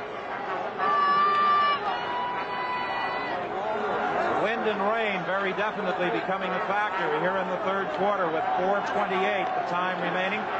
Edmonton in front 20-14. It's 2nd and 5. The ball at the 29, the Toronto Argonauts. Counter play with Jim Germany. He's got the first down and more, penetrating to the 15. Using up that clock. Aykroyd and Woods came over to make the tackle, but not before Jim Germany had run for the necessary first down yardage. Boy, Hugh Campbell must be standing on that sideline just licking his chops and saying, boy, oh boy, only 3 minutes and 57 seconds left. They haven't scored a point on us, and we're driving for a score. That's a good feeling for a coach, Ron. Second quarter, they threw the interception into that end zone and killed a drive. Then they fumbled on the 6th. They're down there again. That's 3 scoring opportunities going by the board. They got to get this one in there. It gives them a big plus. See the tackle trap. Hector Pothier comes across and makes a trap block on Wilson. And then Germany just gets up inside behind all those big linemen, and he's just going straight ahead to the goal line. And you notice he put 2 hands on that football, Leo. He didn't want to drop that one. Marco Sincar, the injured ball player, heading to the Edmonton bench. He'll be replaced by Mark DeBrays. You know, Ron, early in the season, you talked about the importance of Jim Germany to this Edmonton football team. How many consecutive games is it they have won with Germany in the lineup? I'm up around 25 or 26. I don't know. It just seems unheard of. You know, that shouldn't happen. One of the things that Germany does so well, in addition to run with the ball, is block. And this time it's Neil Lumsden running with the football to the 10-yard line.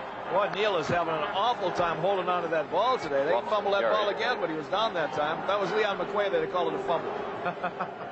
You're still harkening back to 71, aren't you? Well, give us a break. I'll tell you, they're very fortunate there. The Argonauts came with the full blitz, and yet Lumsden got it and squeezed between them somehow into the middle. He's been dining out in the notoriety of 71 for a long time. You picked that up in the newspaper last week. That was Zeke O'Connor. 2nd and 4. The ball is at the 10-yard line.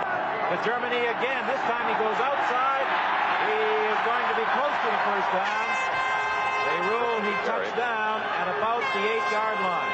Herb Walker came up from his defensive half position. It's going to be a good yard and a half short, it looks like. 2-yard gain. Look at counter. Watch Germany. He's got Connor pleading him. He gets outside. Now watch Merv Walker makes an excellent defensive play. But if he gets around him, there's nobody else left.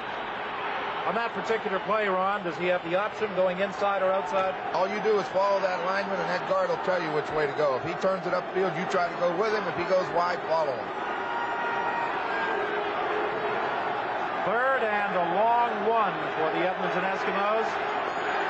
As well as at the 8-yard line. Has Moon got enough nerve here to run a play-action pass? He's got enough nerve. I don't know if the coach does.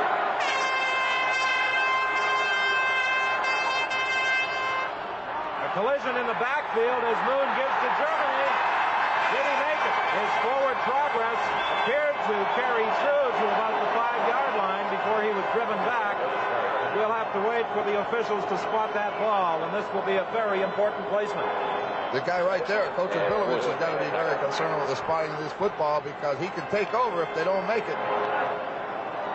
By the looks of the players, I got a feeling he's going to make it.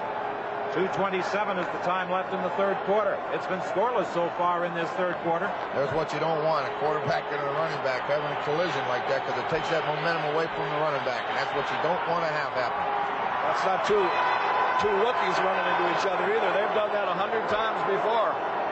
Measurement reveals that it is an Eskimo first down. There were 10 first quarter points. 24 points were scored in the second quarter, and the Eskimos lead 20-14. They're threatening again with now 2:24 and the clock running here in the third. Well, they're down on that 6-yard line again. Now is when the Toronto defense has got to come up big if they want to stop this drive. They don't want to get down 13 points. Kelly goes wide right. Smith to the left. Hand off to Jim Germany. Did he fumble the football? I think he fumbled it and got it back. He was very fortunate here. I don't think he ever got it. I think that Edmonton has fumbled the ball 5 times and recovered all 5. It did not appear as though he had successfully accepted the exchange from quarterback Warren Moon. Perhaps in the replay, we'll see what happened. Well, we'll get a good look at it here. They got just a lead play. Lumsden's leading him. He never did get it. He's very fortunate to ever get this thing back. Talk about Argo bounces. And it wasn't a bad gain either, 5 yards. Second and goal for the Eskimos. The ball at the 1.5. 1:36 and the clock running. The time left in this third quarter. Moon keeps. He tried to go up and over. He was driven back. Great defensive play. He never got close. That wasn't even close, boy. They went in there and stuffed him right down. Well, that's a great defensive play. He didn't get any closer at all. Rusty Olson was the man who appeared to meet him in midair. Well, let's take a see. Let's see. Where he is? There he comes. John Pointer's right up in there, too. And that guy goes up in the air. That middle linebacker wants to meet him about halfway, and he did that. I guess you got to give a little credit to Leskovich, too, because he was in under that thing. Slid right down there and got in under it. Now it's third and goal. He have enough nerve to throw it. Third and goal from the 1. Lumsden. He made it.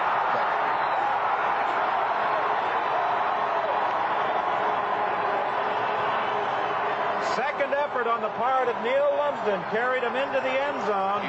The initial contact appeared to have stopped Lumsden, but he continued to drive to the goal area. And the Edmonton Eskimos increased their advantage to 26-14 with 57 seconds left in the third quarter. When you got that guy that weighs 230-some pounds, Germany makes a good block in there. Pointer comes over the top, but Lumsden spins and turns and drives his way into that end zone. He's made a lot of big plays in key games for the Edmonton Eskimos. That's a great defensive play by Pointer, even though he got in the end zone. And take a look at the clock. There's less than a minute left. They've had the ball most of this third quarter against the wind, and they've scored a touchdown. You couldn't ask for more than that. And the convert by Dave Cutler is wide, as Cutler appeared to slip in attempting to add the convert, and the score holds at 26-14. Grey Cup 82 from Toronto returns in a moment. Well, puddles of water now very visible on the playing surface of CNE Stadium in Toronto as Dave Cutler, who missed that last convert attempt, prepares to kick off. He shanked that one, and it will go out of bounds. It went out of bounds at the 29-yard line. And that wind and rain, I think, Ron, becoming more of a factor than we can appreciate here in the press box. Well, I think looking across the field at the Argonaut bench right in front of there, it looks like it's getting a little bit slippery. And that water does collect on that field in a hurry. We were down at field level prior to the game in various spots. Ice had accumulated overnight, but the groundskeeping crew had removed it. Yeah, they did a great job before the game. There was ice all up and down the sidelines over there, and yet when the game started, they had gotten rid of it. They had the heater and the shovels and everything getting rid of it. CBC President Pierre Jeannot.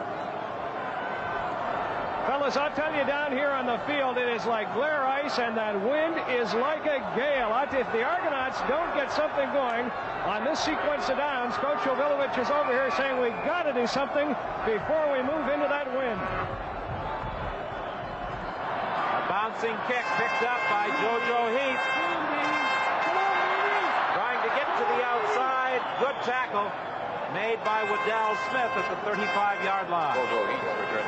48 seconds, the time remaining in the third quarter. 15-yard return. Right now, let's bring in Bill Stevenson. Okay. Warren Moon is with me. Warren is 30 seconds. It's really slippery out there, and we're not used to playing in the rain. It's been a while since the rainy season. We are playing it again, but we're just make do with it and beat the elements and just try and keep a lead that we got. Well, you're playing much better. Aren't you happy with the way you're performing? Well, I'll be a lot happier in about 15 minutes. Greer was unable to hang on to the throw. Joe Holloman was defending against the Argos' outstanding receiver. Well, they finally got what they wanted here, Don. They finally got single coverage with Holloman and Greer, and right away he goes after him deep, and he throws a nice ball over Kepley's head. Looks like he's caught it, but the ball's really bobbling around, and the referee made a good call to blow it incomplete. Well, both networks well represented, not only in the broadcast booth today, but in the stands at CNE Stadium. Murray Churkover, the president of CTV.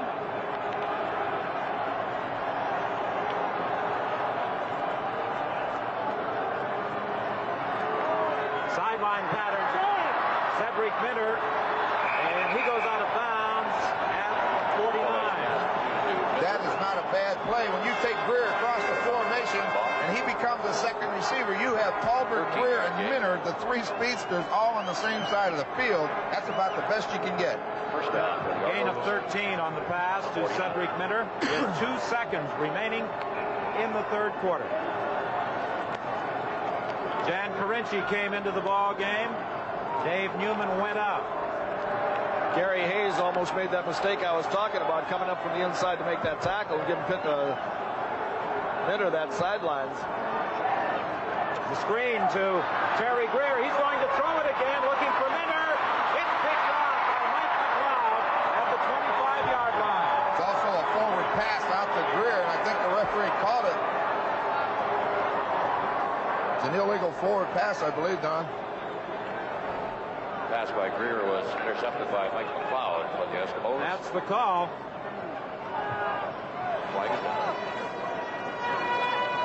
And that is also the end of the third quarter.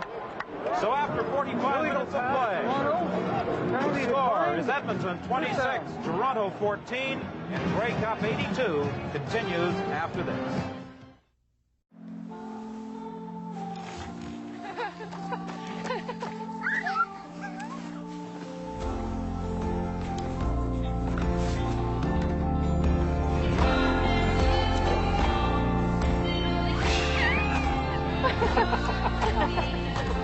Here's to the everyday things that end up being everything. Here's to all things simple, with casual clothing and footwear from Marks. The penalty on that illegally thrown forward pass naturally declined with the interception by Mike McLeod. Starting the fourth quarter, Edmonton take over 1st and 10 at the 25.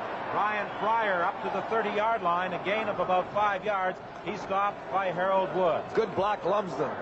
One of the interested spectators this afternoon, Ken Taylor, the Canadian Consul General in New York. And, of course, he's the former ambassador to Iran. I had the pleasure of meeting this gentleman a year or so ago, and he is an avid sports fan. It will be 2nd and 5. The ball just across the 30-yard line.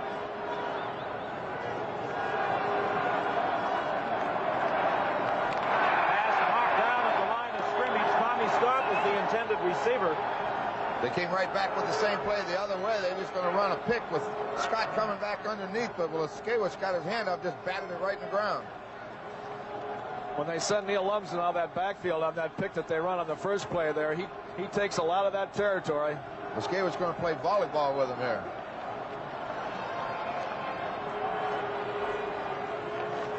He was open, too. It's a good thing he got his hand on it. Newman and Carinci are back for the 3rd down punt by Hank Illicit.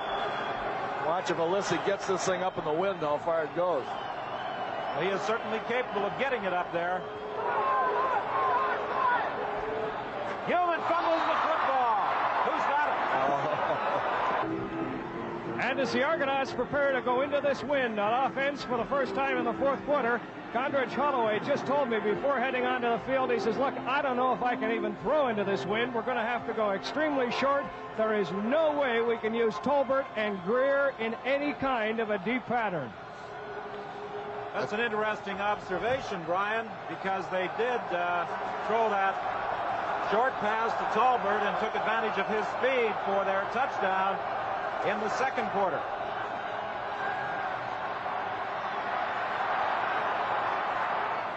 Cedric Minner unable to hang on. That's twice now that Minner has had the ball thrown perfectly to him, once in the first half, again in the second. Incomplete. Bill Stevenson? Jim.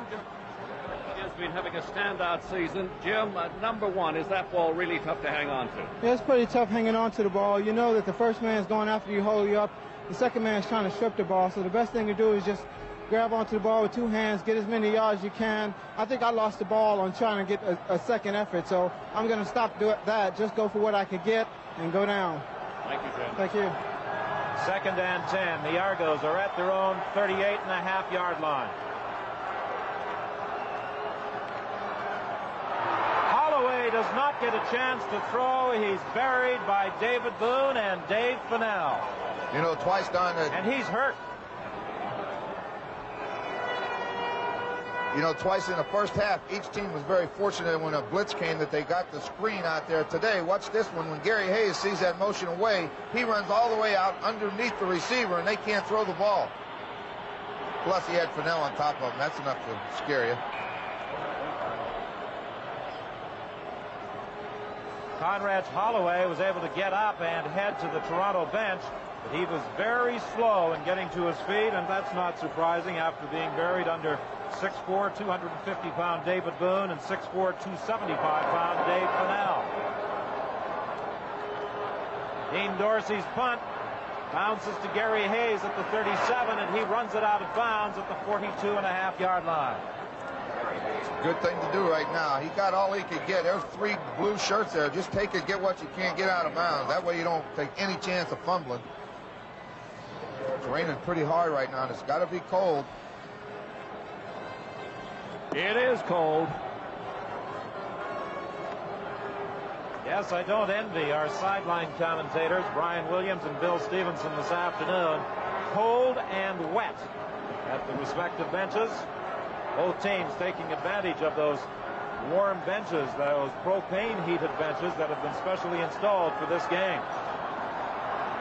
Boone throwing deep. He has got Stott open, but he could not hang on.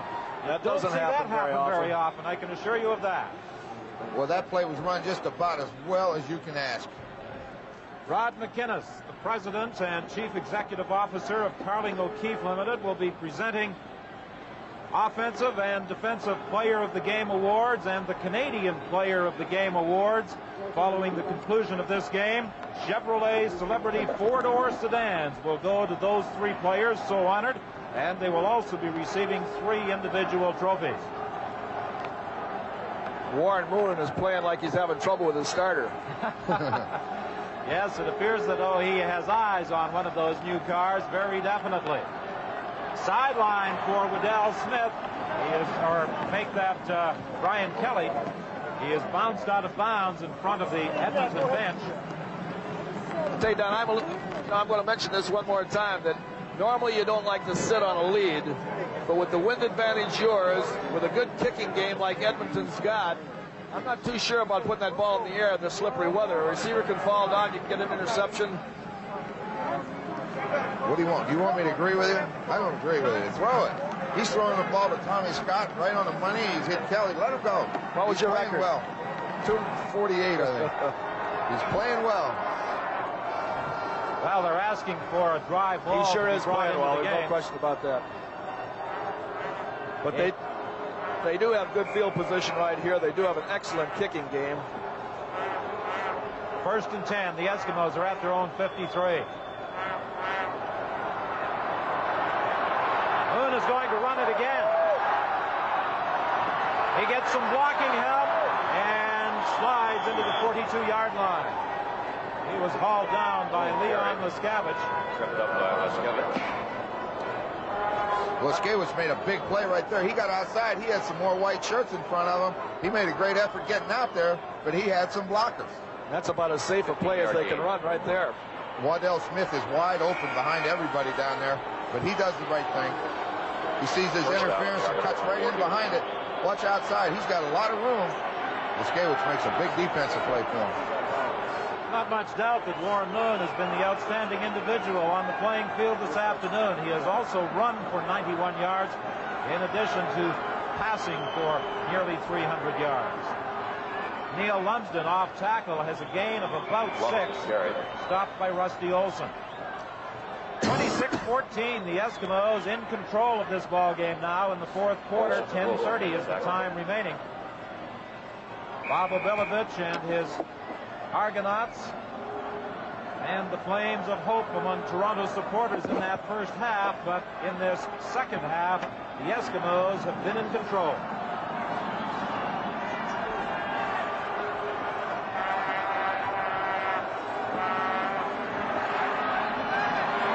Intended for Kelly. He was being covered by JoJo Heath. It will be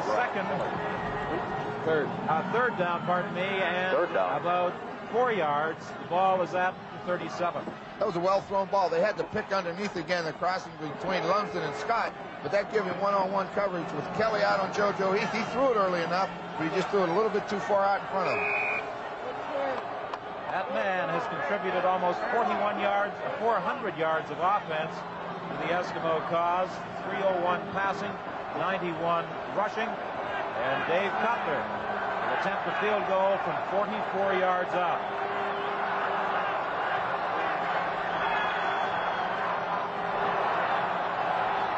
It's good. And it's now a 29-14 ball game. Cutler's field goal is good. As Dave Cutler ties Don Sweet's record of 16 field goals in a career. This is Grey Cup 82 from Toronto.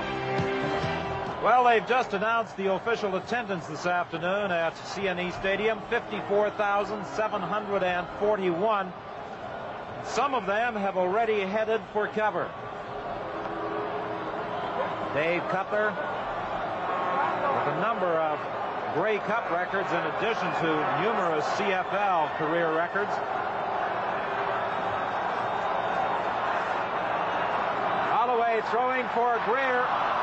Greer had turned inside initially, tried to swing back the other way, and it's incomplete.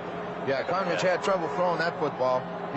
What he told Brian was probably right. He's going to have trouble throwing that ball very far downfield, but he's going to have to do it.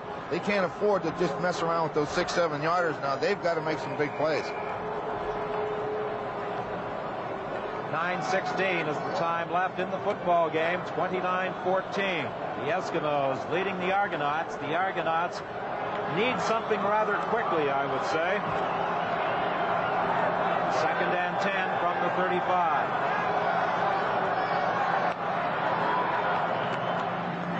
On the sidelines, it's incomplete, right through the hands of Terry Greer. Well, he don't drop very many, so that ball must be getting pretty slippery out there. 3rd and 10. To tell you the truth, Conridge also had a hard time getting that ball out to him. That ball started out pretty good, and then it started to die, and then he just couldn't catch it when it got there. So he's really having a lot of problems throwing the ball. With a slippery football and with the wind conditions, I'm sure it's very difficult to be accurate with those passes. We've discussed with a number of the coaches in the league about various quarterbacks' ability to throw wet footballs. Obviously, Warren Moon is having more success than Conrad Holloway. Gary Hayes at the 50-yard line, brought down at the 54. All right, Bill Manchuk is with me. Bill, last we're going to get off the air. Now, you seem to be controlling. I mean, you and the defensive Edmonton now is completely in control. What is... Well, we knew we had to, and we weren't getting enough pressure on them in the first half, and we straightened that out at the half, and now we're getting a little more pressure in containing Holloway. That's the key, I think. With the 29-14 lead, you seem to have it well on hand. It's looking good. Well, as you can see, rain accumulating on the playing field in increasingly large puddles. The pass complete for a great catch by Fryer at the 38-yard line of the Toronto Argonauts. That's the same play they run again, and this is a perfect throw. Watch Brian Fryer. He's going to take the inside release. Now he tries to just get in behind, and the ball is just thrown just perfectly over the defender. He makes the catch, gets out of bounds, and they're down inside again. I can't help but think that Edmonton team must be getting pretty excited about now to think that they may finish out Huey Campbell's career in this style. That's what you want right there, Leo. That's what they want. That's what it's all about from day one. 1st and 10 for the Eskimos at the 38. They go inside with Germany. Good hole. Another first down from the 25-yard line. Upset there by Harold Woods. Warren Moon's kept him off balance. He throws on first down one time, then turns around and gives to Germany, and he went through a big hole in there. Well, a number of Edmonton players have gone down this afternoon. Ryan Kelly and Tommy Scott, they have rebounded to come back. Jim Germany attempted to wave off the trainer, but he appears to be in some pain. Oh, watch this. Not much to this. You blast them and we'll run. Boy, Bill Stevenson comes across, does a good job on the middle linebacker, and Germany hit it just right, accelerated when the hole opened, made a big gain. Well, you know, Bill Stevenson has taken an inordinate amount of criticism this year about his play, but I think this has got to be the most outstanding game that he's played all season long. And when you talk about comebacks in the annals of sports history for any sports team, this has got to be one of the biggest stories of all time, the way this Edmonton team has come back all the way to the Grey Cup, and it looks like with just 7:37 that they're going to win it.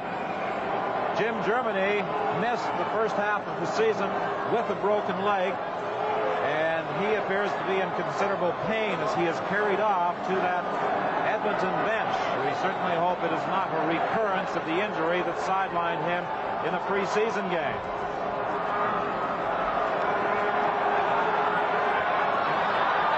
Kelly was the intended receiver. He has already caught 2 touchdown passes. The record for a Grey Cup game is 3, held by teammate Tommy Scott. And we had several occasions to talk to the Eskimo coaching staff about the value of both Germany and Kelly to their attack. And they said, I remember a comment by Cal Murphy, don't take away your left arm, but take away your right, and you'll understand what it's all about.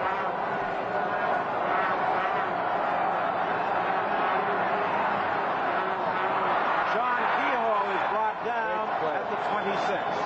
That's an excellent defensive play. But you know, when you throw a screen pass, you like your receiver to be behind the blockers, not the other way around. He got a little bit too far out, and he didn't give his lineman a chance.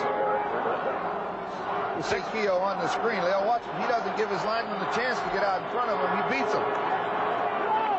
No, you got to get those linemen out in front of you, because a good linebacker will do just exactly what Jackson did. He'll measure that receiver. When the ball is in the air, you'll just go to him. You can't hesitate. Let that line get in front of you. You've got to go to him right now and get it stopped before it gets started.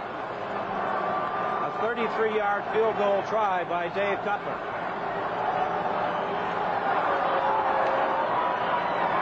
It's good.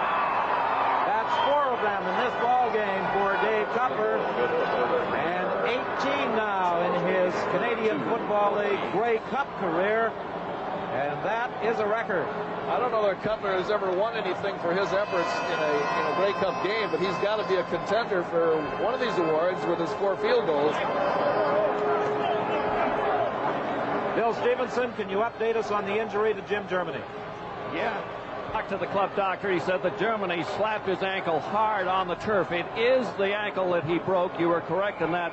But the doctor says he does not think it is refractured. He thinks he's all right, although he's in a fair amount of pain. Well, with a 32-14 lead and 6:15 left in the ball game, I think Jim Germany might just remain on the bench for the rest of the afternoon. Incomplete. The pass intended for Terry Greer. It must be difficult now, not only for the quarterback to throw the ball, but for those receivers to make their cuts, Ron. Oh, it sure is. You saw he's running right in where all the water is on the field. He tried to come to the inside on the play that they had a lot of success with in the second quarter. But on that one, he was either slow, but the ball was behind him and low. So, not to detract from the performance of the Edmonton Eskimos, but I think the elements have taken away from what promised to be one of the most exciting Grey Cup games ever played. Well, one thing for sure, that first half sure was as good a first half of any football game, especially a Grey Cup, that I've seen in a long time. The Argonauts having much more difficulty coping with the wind and rain in this second half than the Eskimos. Complete to Terry Greer. He's got a first down after 50. Carnage Holloway had it on first down and come back and do exactly the same play the second half and hit it. Well, Bill Stevenson and Bill Stevenson. Yes, and the big Bill Stevenson. I wish I had a little of his size. Bill, how tough has it been down there in the offensive line, for instance? It's been pretty tough at the beginning of the game, but right now we seem to be handling their defensive line pretty well. They're starting to blitz a lot more, and they're starting to run a lot of stunts in there and getting a little desperate trying to stop us. But the first half was a real rough, and this is starting to get easier as we finish her off. Congratulations. Cedric Minter goes out of bounds with another first down at the 49. 5:05 is the time remaining. One thing's for sure, I'd rather pay that Stevenson's rent than feed him. I was talking to him before the game, and boy, he weighs about 320 pounds. As you said, Leo, he has had a great Grey Cup game. Sure has. It'll be interesting to see who the 9 selectors choose for the Carling O'Keefe Offensive and Defensive Awards and the Canadian Player of the Game Award. Condress Holloway sliding into the 38-yard line, very close to another first down. Well, the Eskimos like that. Force him to run with the football. Don't give him any big gainers right now. That's the one thing they have to stay away from. But you know, this Conridge, he's got to throw the football, and he's got to get it going. And the last 3 plays have been good for him. 2 quarterbacks have done a lot of running this afternoon. We mentioned earlier that Warren Moon had picked up 91 yards in running with the football. Holloway has run for 51 yards and should have, well, let's see now. Yes, he does have another Toronto first down. Well, Warren Moon has played about as good a football game at quarterback position as any quarterback has ever played in the Grey Cup. But Conridge Holloway has certainly shown why he won that award himself. Started out on first down trying to throw that slant pass. It didn't work. He came right back to it under these weather conditions and completed it and then ran for a first down. The Eskimos are that far away, 426, from winning a 5th consecutive Grey Cup. James Parker hauls down Conridge Holloway at the 35-yard line. Next year we won't have to worry about the elements. We'll be under the dome in Vancouver. That's where they'd like to be playing today. Just think, wonder what would have happened with these 2 explosive offenses with, you know, the ideal conditions.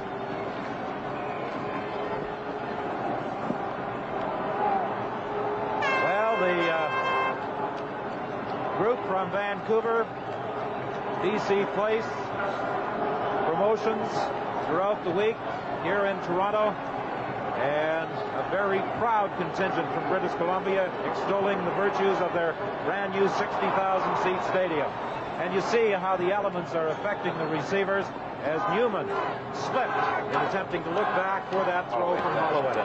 He got out there where it looks like they have a new strip of artificial turf in there, and it just looked like when he hit there, he got good footing and fell over. But he's been sliding around out there. They took the slant away from him and forced him to go to the outside that time, make him make the long throw. Well, it's third down. They're going to go for it. There's no question about that. With 3:32 left, no more kicking in the game as far as the Argos are concerned. 3rd and 7 for Toronto. The ball is at the 36. For Terry Greer, makes a great catch down at the 15-yard line.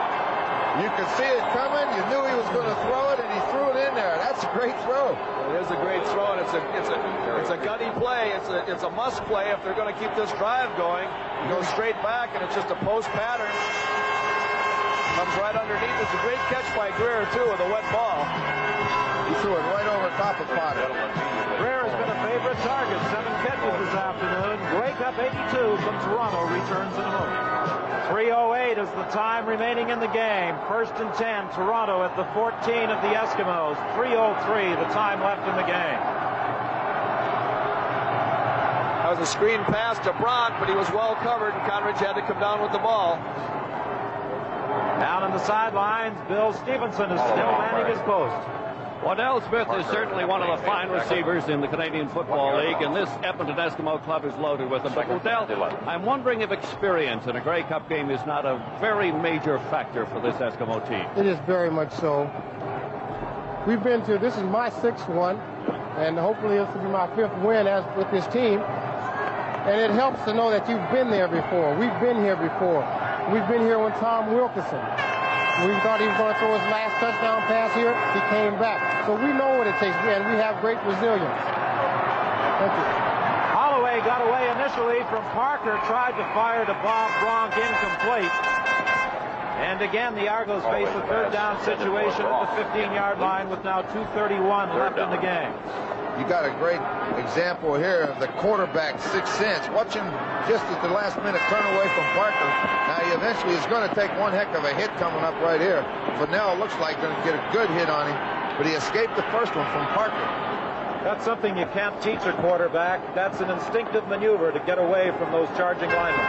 Yeah, when you got weather like that to play, and it makes it a little bit tougher when that rain's coming down. But you're exactly right. You don't teach that. They have to be able to do that on their own. You can teach them to do it, but they can't do it under fire. The 3rd down gamble. Cedric Minter, the receiver, waited for some blocking help. It did not develop, and the Argos will give up the ball on down. 2:23 is the time left in the game. The Edmonton Eskimos What a dynasty. A 5th consecutive Grey Cup triumph, just 2 minutes and 23 seconds away. This is a great move right here. Just let him make the move. All you're concerned about is not making the first down. Ooh. Well, that's a heck of a hit on the leg at that stage of the game. Conrad Holloway hoped to put the capper on a tremendous season. Individually, he was honored as the country's outstanding footballer on Thursday night, winning the Shenley Award. The Grey Cup would have been a tremendous climax for the Toronto quarterback. However, it does not appear as though that will happen. Penalty flag flies, and it is probably a time count violation. I think that the Edmonton team are protesting because they said that the ball was wet and that they wanted to have some adjustment on the ball to dry it, and they ran out of time. I think they got a bona fide argument there. Well, it's now 2nd down. You lose first down. You saw Coach Campbell doing exactly what you said, Leo. He was talking to that official about that ball. Well, they have every right to have the ball dried in between plays, and that shouldn't take time. On 2nd down, Moon is throwing deep for Sincar, incomplete. What an effort this young receiver made in going off his feet and reaching high for that ball. And he felt the effects of that collision with JoJo Heath, the cornerback. Well, he does take a heck of a hit. He gets in behind him and the ball's thrown. He has to dive for it. But watch JoJo Heath come into the screen, and while he's in midair, he let him have it. That's a great hit.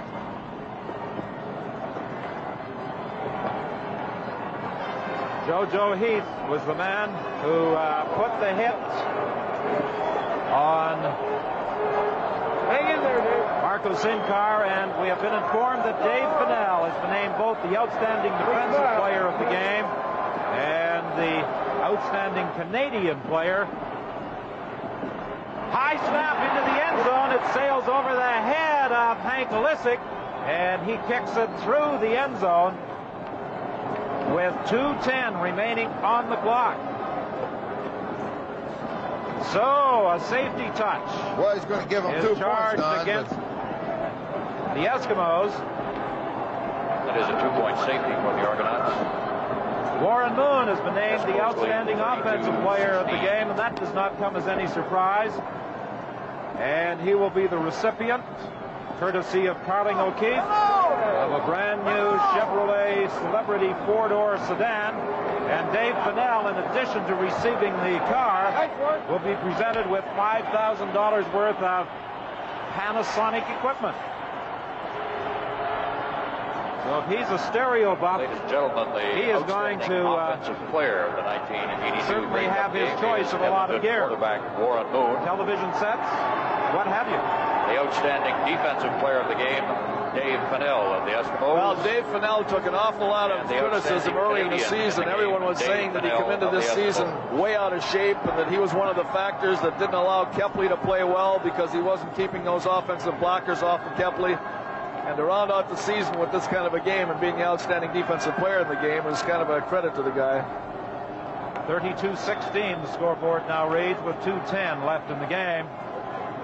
Following that high snap over the head of Hank Lissick and the safety touch, the Eskimos will be kicking off.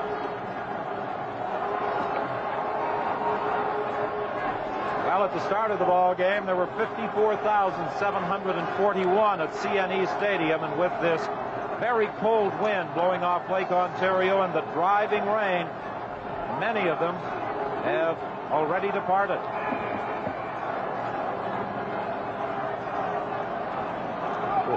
Well, Don, I did a thing on CFGM radio this last week saying that Hugh Campbell, his record is probably something that may never be tied again, and I'm not too sure who could ever do it.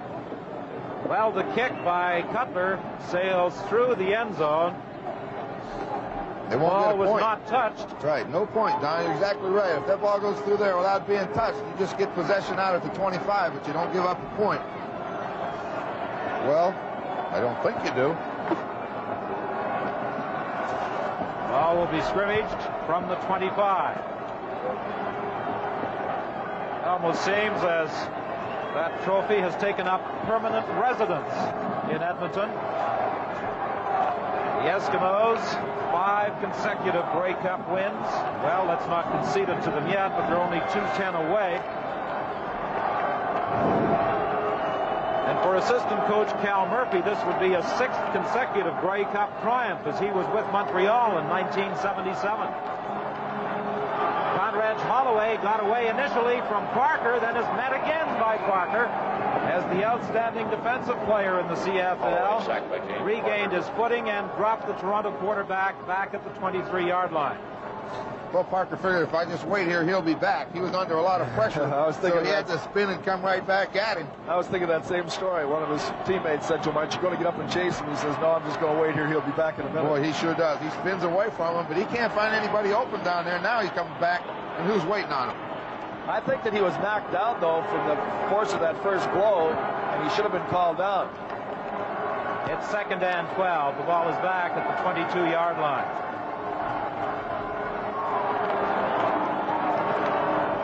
For Cedric Minter on the sideline. He gets one block, but only gets out to the 32-yard line.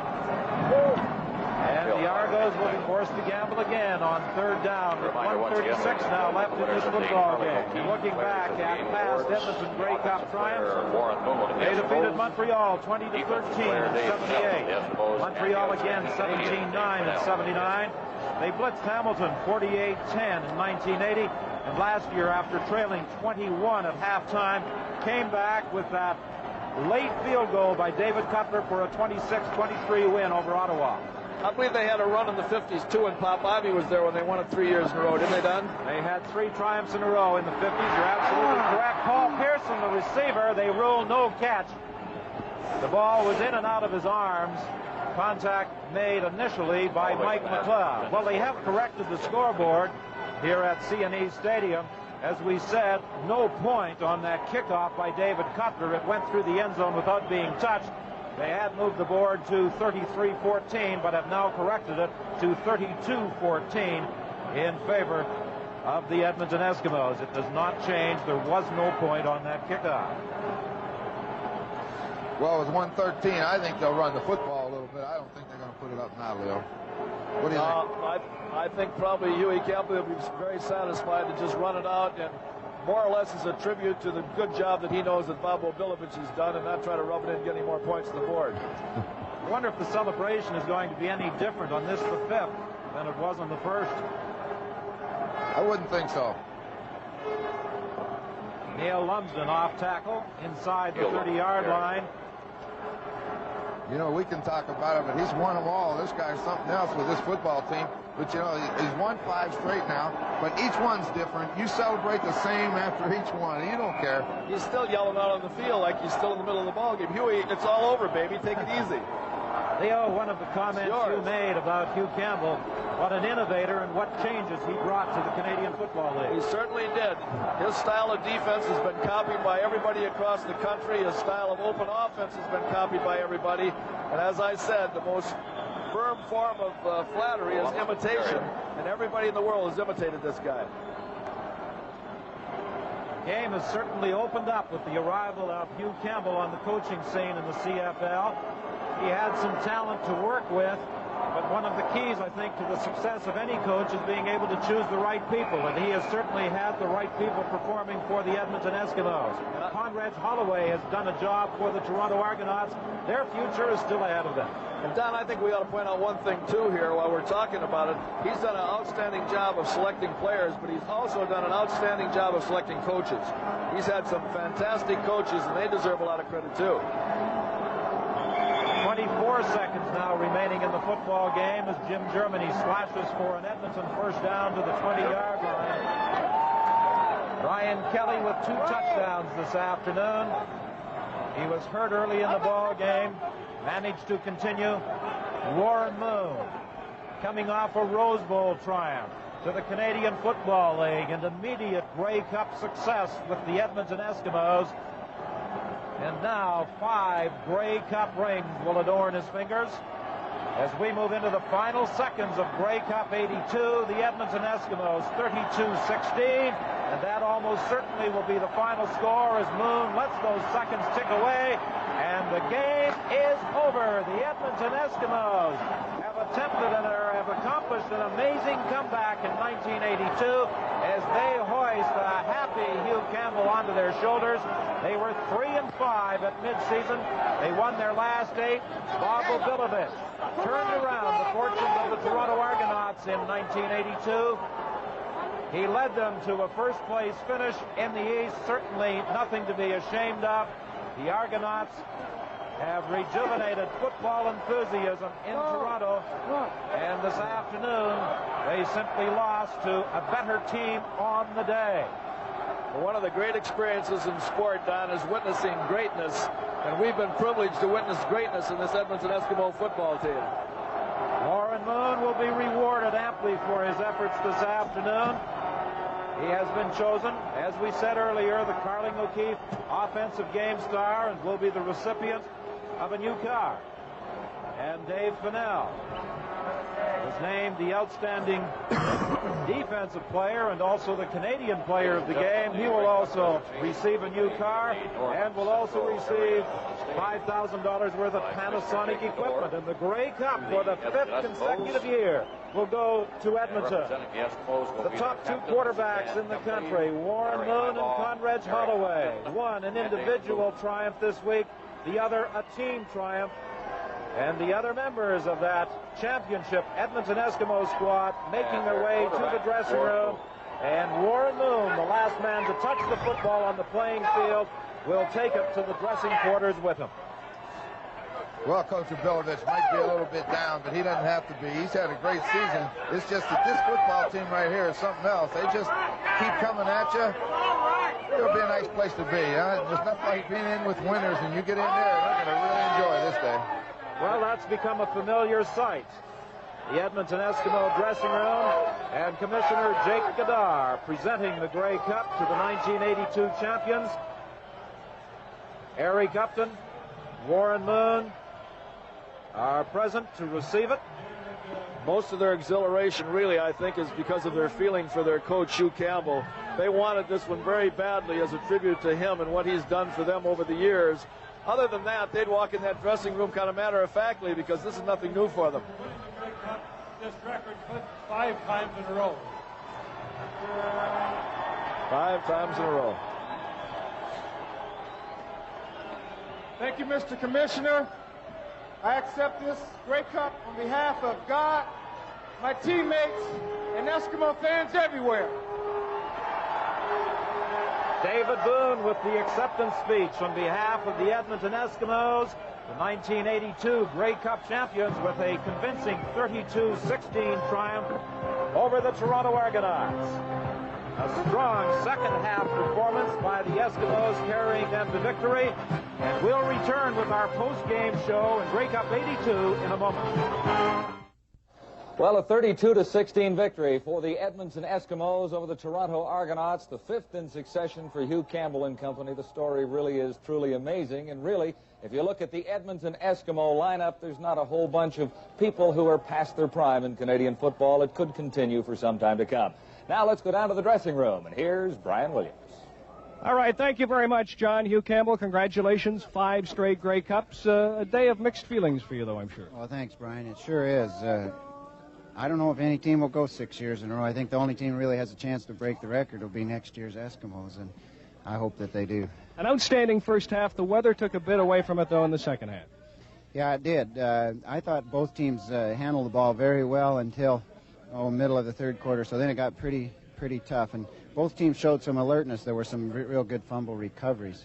We hear so much about that great Edmonton passing attack, and for good reason, but Germany and Lumsden played extremely well, I thought, this afternoon. And Germany, of course, the fellow that turned the season around. Well, our offensive line had a tremendous season, and I think they capped it off with this. I'd say, Brian, that it took a team effort, as we said earlier in the week, to beat Toronto. We kept the ball so much. We used up their whole wind quarter. They had the wind the third quarter, and we had the ball the whole quarter. And I think that what made the game kind of one-sided. Otherwise, it would have been a close game if they could have generated some points in there. So defense made them 2 and out, and the offense kept the ball, and the combination of that was what made us have success. And your experience, too. Ed Jones talked about it late in the game. Well, yeah, I think that we were in a situation with a big advantage. We lost the coin flip, which is really a victory. It means that you're a home team and you get to choose the second half, and so we had that win the fourth quarter. Tell me, earlier in the season when you were something like 3-5, everyone was predicting you to be in last place. Did you ever think you'd put together a string like this? I really wasn't thinking in terms of winning 10 in a row, and this is our 10th playoff victory in a row, by the way. But I was thinking in terms of making the playoffs because we have an excellent football team, and if we could just get in them, I thought we could have a good Huey, show. Congratulations for 5 straight. Bill Stevenson standing beside us with a fellow that, Bill, I think has won 2 awards here today. Dave Come on in, Farrell Dave. is with me, and Dave is the top Canadian, and Dave is also the top defensive player. Dave, take a look at the camera and show him the award from Carling O'Keefe. As a matter of fact, the thing about this, and the players are all giving you a bad time because there was a car for the defensive player, there was a car for the Canadian player, but as the double winner, you're only going to get 1 card and 2 awards. Do you know that? No, I didn't realize that. Well, that's you're just teasing, right? But I tease you. No, I really need 2 cards. Oh, you do, right? Dave, tell me this. You were picked for both of these awards, which is quite an honor. Was this your finest game? Well, things went well for me today, but as an individual, I'm only one of 12 defensive players on the team. And Toronto may have paid more attention to Danny Kepley and James Parker today, and as a result, I was left a little freer to do my thing. And I got some attention today. And we're going to have you take a look at the camera because you're such a good-looking guy, Dave. But the thing I want to ask you now is this. A lot of people are going to be leaving this ball club. Do you think that the Eskimos are going to start breaking up a little bit, that now 5 in a row is going to be sort of the end of this great reign by this great ball club? Well, Huey's gone, and he's been an integral part of it. Yeah. We've had to survive people leaving. My personal hope is that Don Matthews, our defensive coordinator, gets an opportunity to become head coach, and maybe by that way we can keep our Eskimo tradition together a little bit longer. Well, Don wants to. Well, I certainly hope to see him with the head coach's hat on in June. Carling O'Keefe winner for the Canadian player and also the defensive player. Dave Fidel, congratulations. Thank you very kindly. All right. Warren Moon is coming in here. Warren, come on in quickly because we have you as the offensive player, of course. Warren, you played just a tremendous ball game. I heard a fellow named Ron Lancaster say maybe the greatest game he has seen by a quarterback in a Grey Cup game. Well, that's a great compliment coming from a great player like Ronnie, but my main objective was to go out today and just try and eliminate the crowd because they were really juiced up and they could act as a 13th man for Toronto. And we took the first drive and went down and got some points on the board, and I think that kind of neutralized them and took a little of their momentum away. And we just executed very well today. The pass receivers did a great job of running the routes and made my job easy. All I had to do was lay it in there, and fortunately I was on today, and I thank God for the performance he was able to give me today. Tell me, was this one of the finest performances that you have played and that this Eskimo club has played, or do you rate it that well? Well, we've had some great games in the past, and I think this goes down as one of them, and I'm just glad to be a part of it all. I feel I played pretty well today. There was one pass I'd like to have back, the interception down at the goal line, but other than that, I'm pretty satisfied with my performance today. Warren Moon, congratulations. Thank you very much, Bill. Thanks a lot. Offensive player of the game. Hello. All right. Thanks. The Carling O'Keefe Award and Grey Cup 82 will continue in a moment. Back live in the Edmonton dressing room. Neil Lumsden, a little quiet here today. 5 in a row. Maybe you guys have been bored here? It was a tough football game, Brian. Toronto's a super football team, and a lot of people say that they weren't sure if they deserved to be here. They played an excellent season, and they played one heck of a football game. Ball control in the third quarter, I thought, turned it around. You denied the Argonauts a chance to come back when they had the win. Well, because their run and shoot is so exciting, I think we were able to... Hey! Anybody I know? No! All right. Hey, I was send that to $10 million, the bill, will you? No, I was just going to say that the run and shoot, we have to keep it away from their offense, and Jerm and I on the offensive line, a little bit of ball control if we were able to, and Warren called the number a couple of times, and if he wasn't running or throwing the ball, he gave the task to us. Yeah, sure, now you give it. Well, you had a big afternoon, Neil. We have some tape of one of your runs here. I know it's especially nice to come back into the stadium as you're a Toronto native. Oh, without a doubt, Brian. It's exciting anytime I can come in, especially after, when I came in last. That run was just a great job coming off the ball. We needed a touchdown. Lucky enough to spin outside and get it over that big white line. Neil Lumsden, congratulations. Bill Stevenson standing by.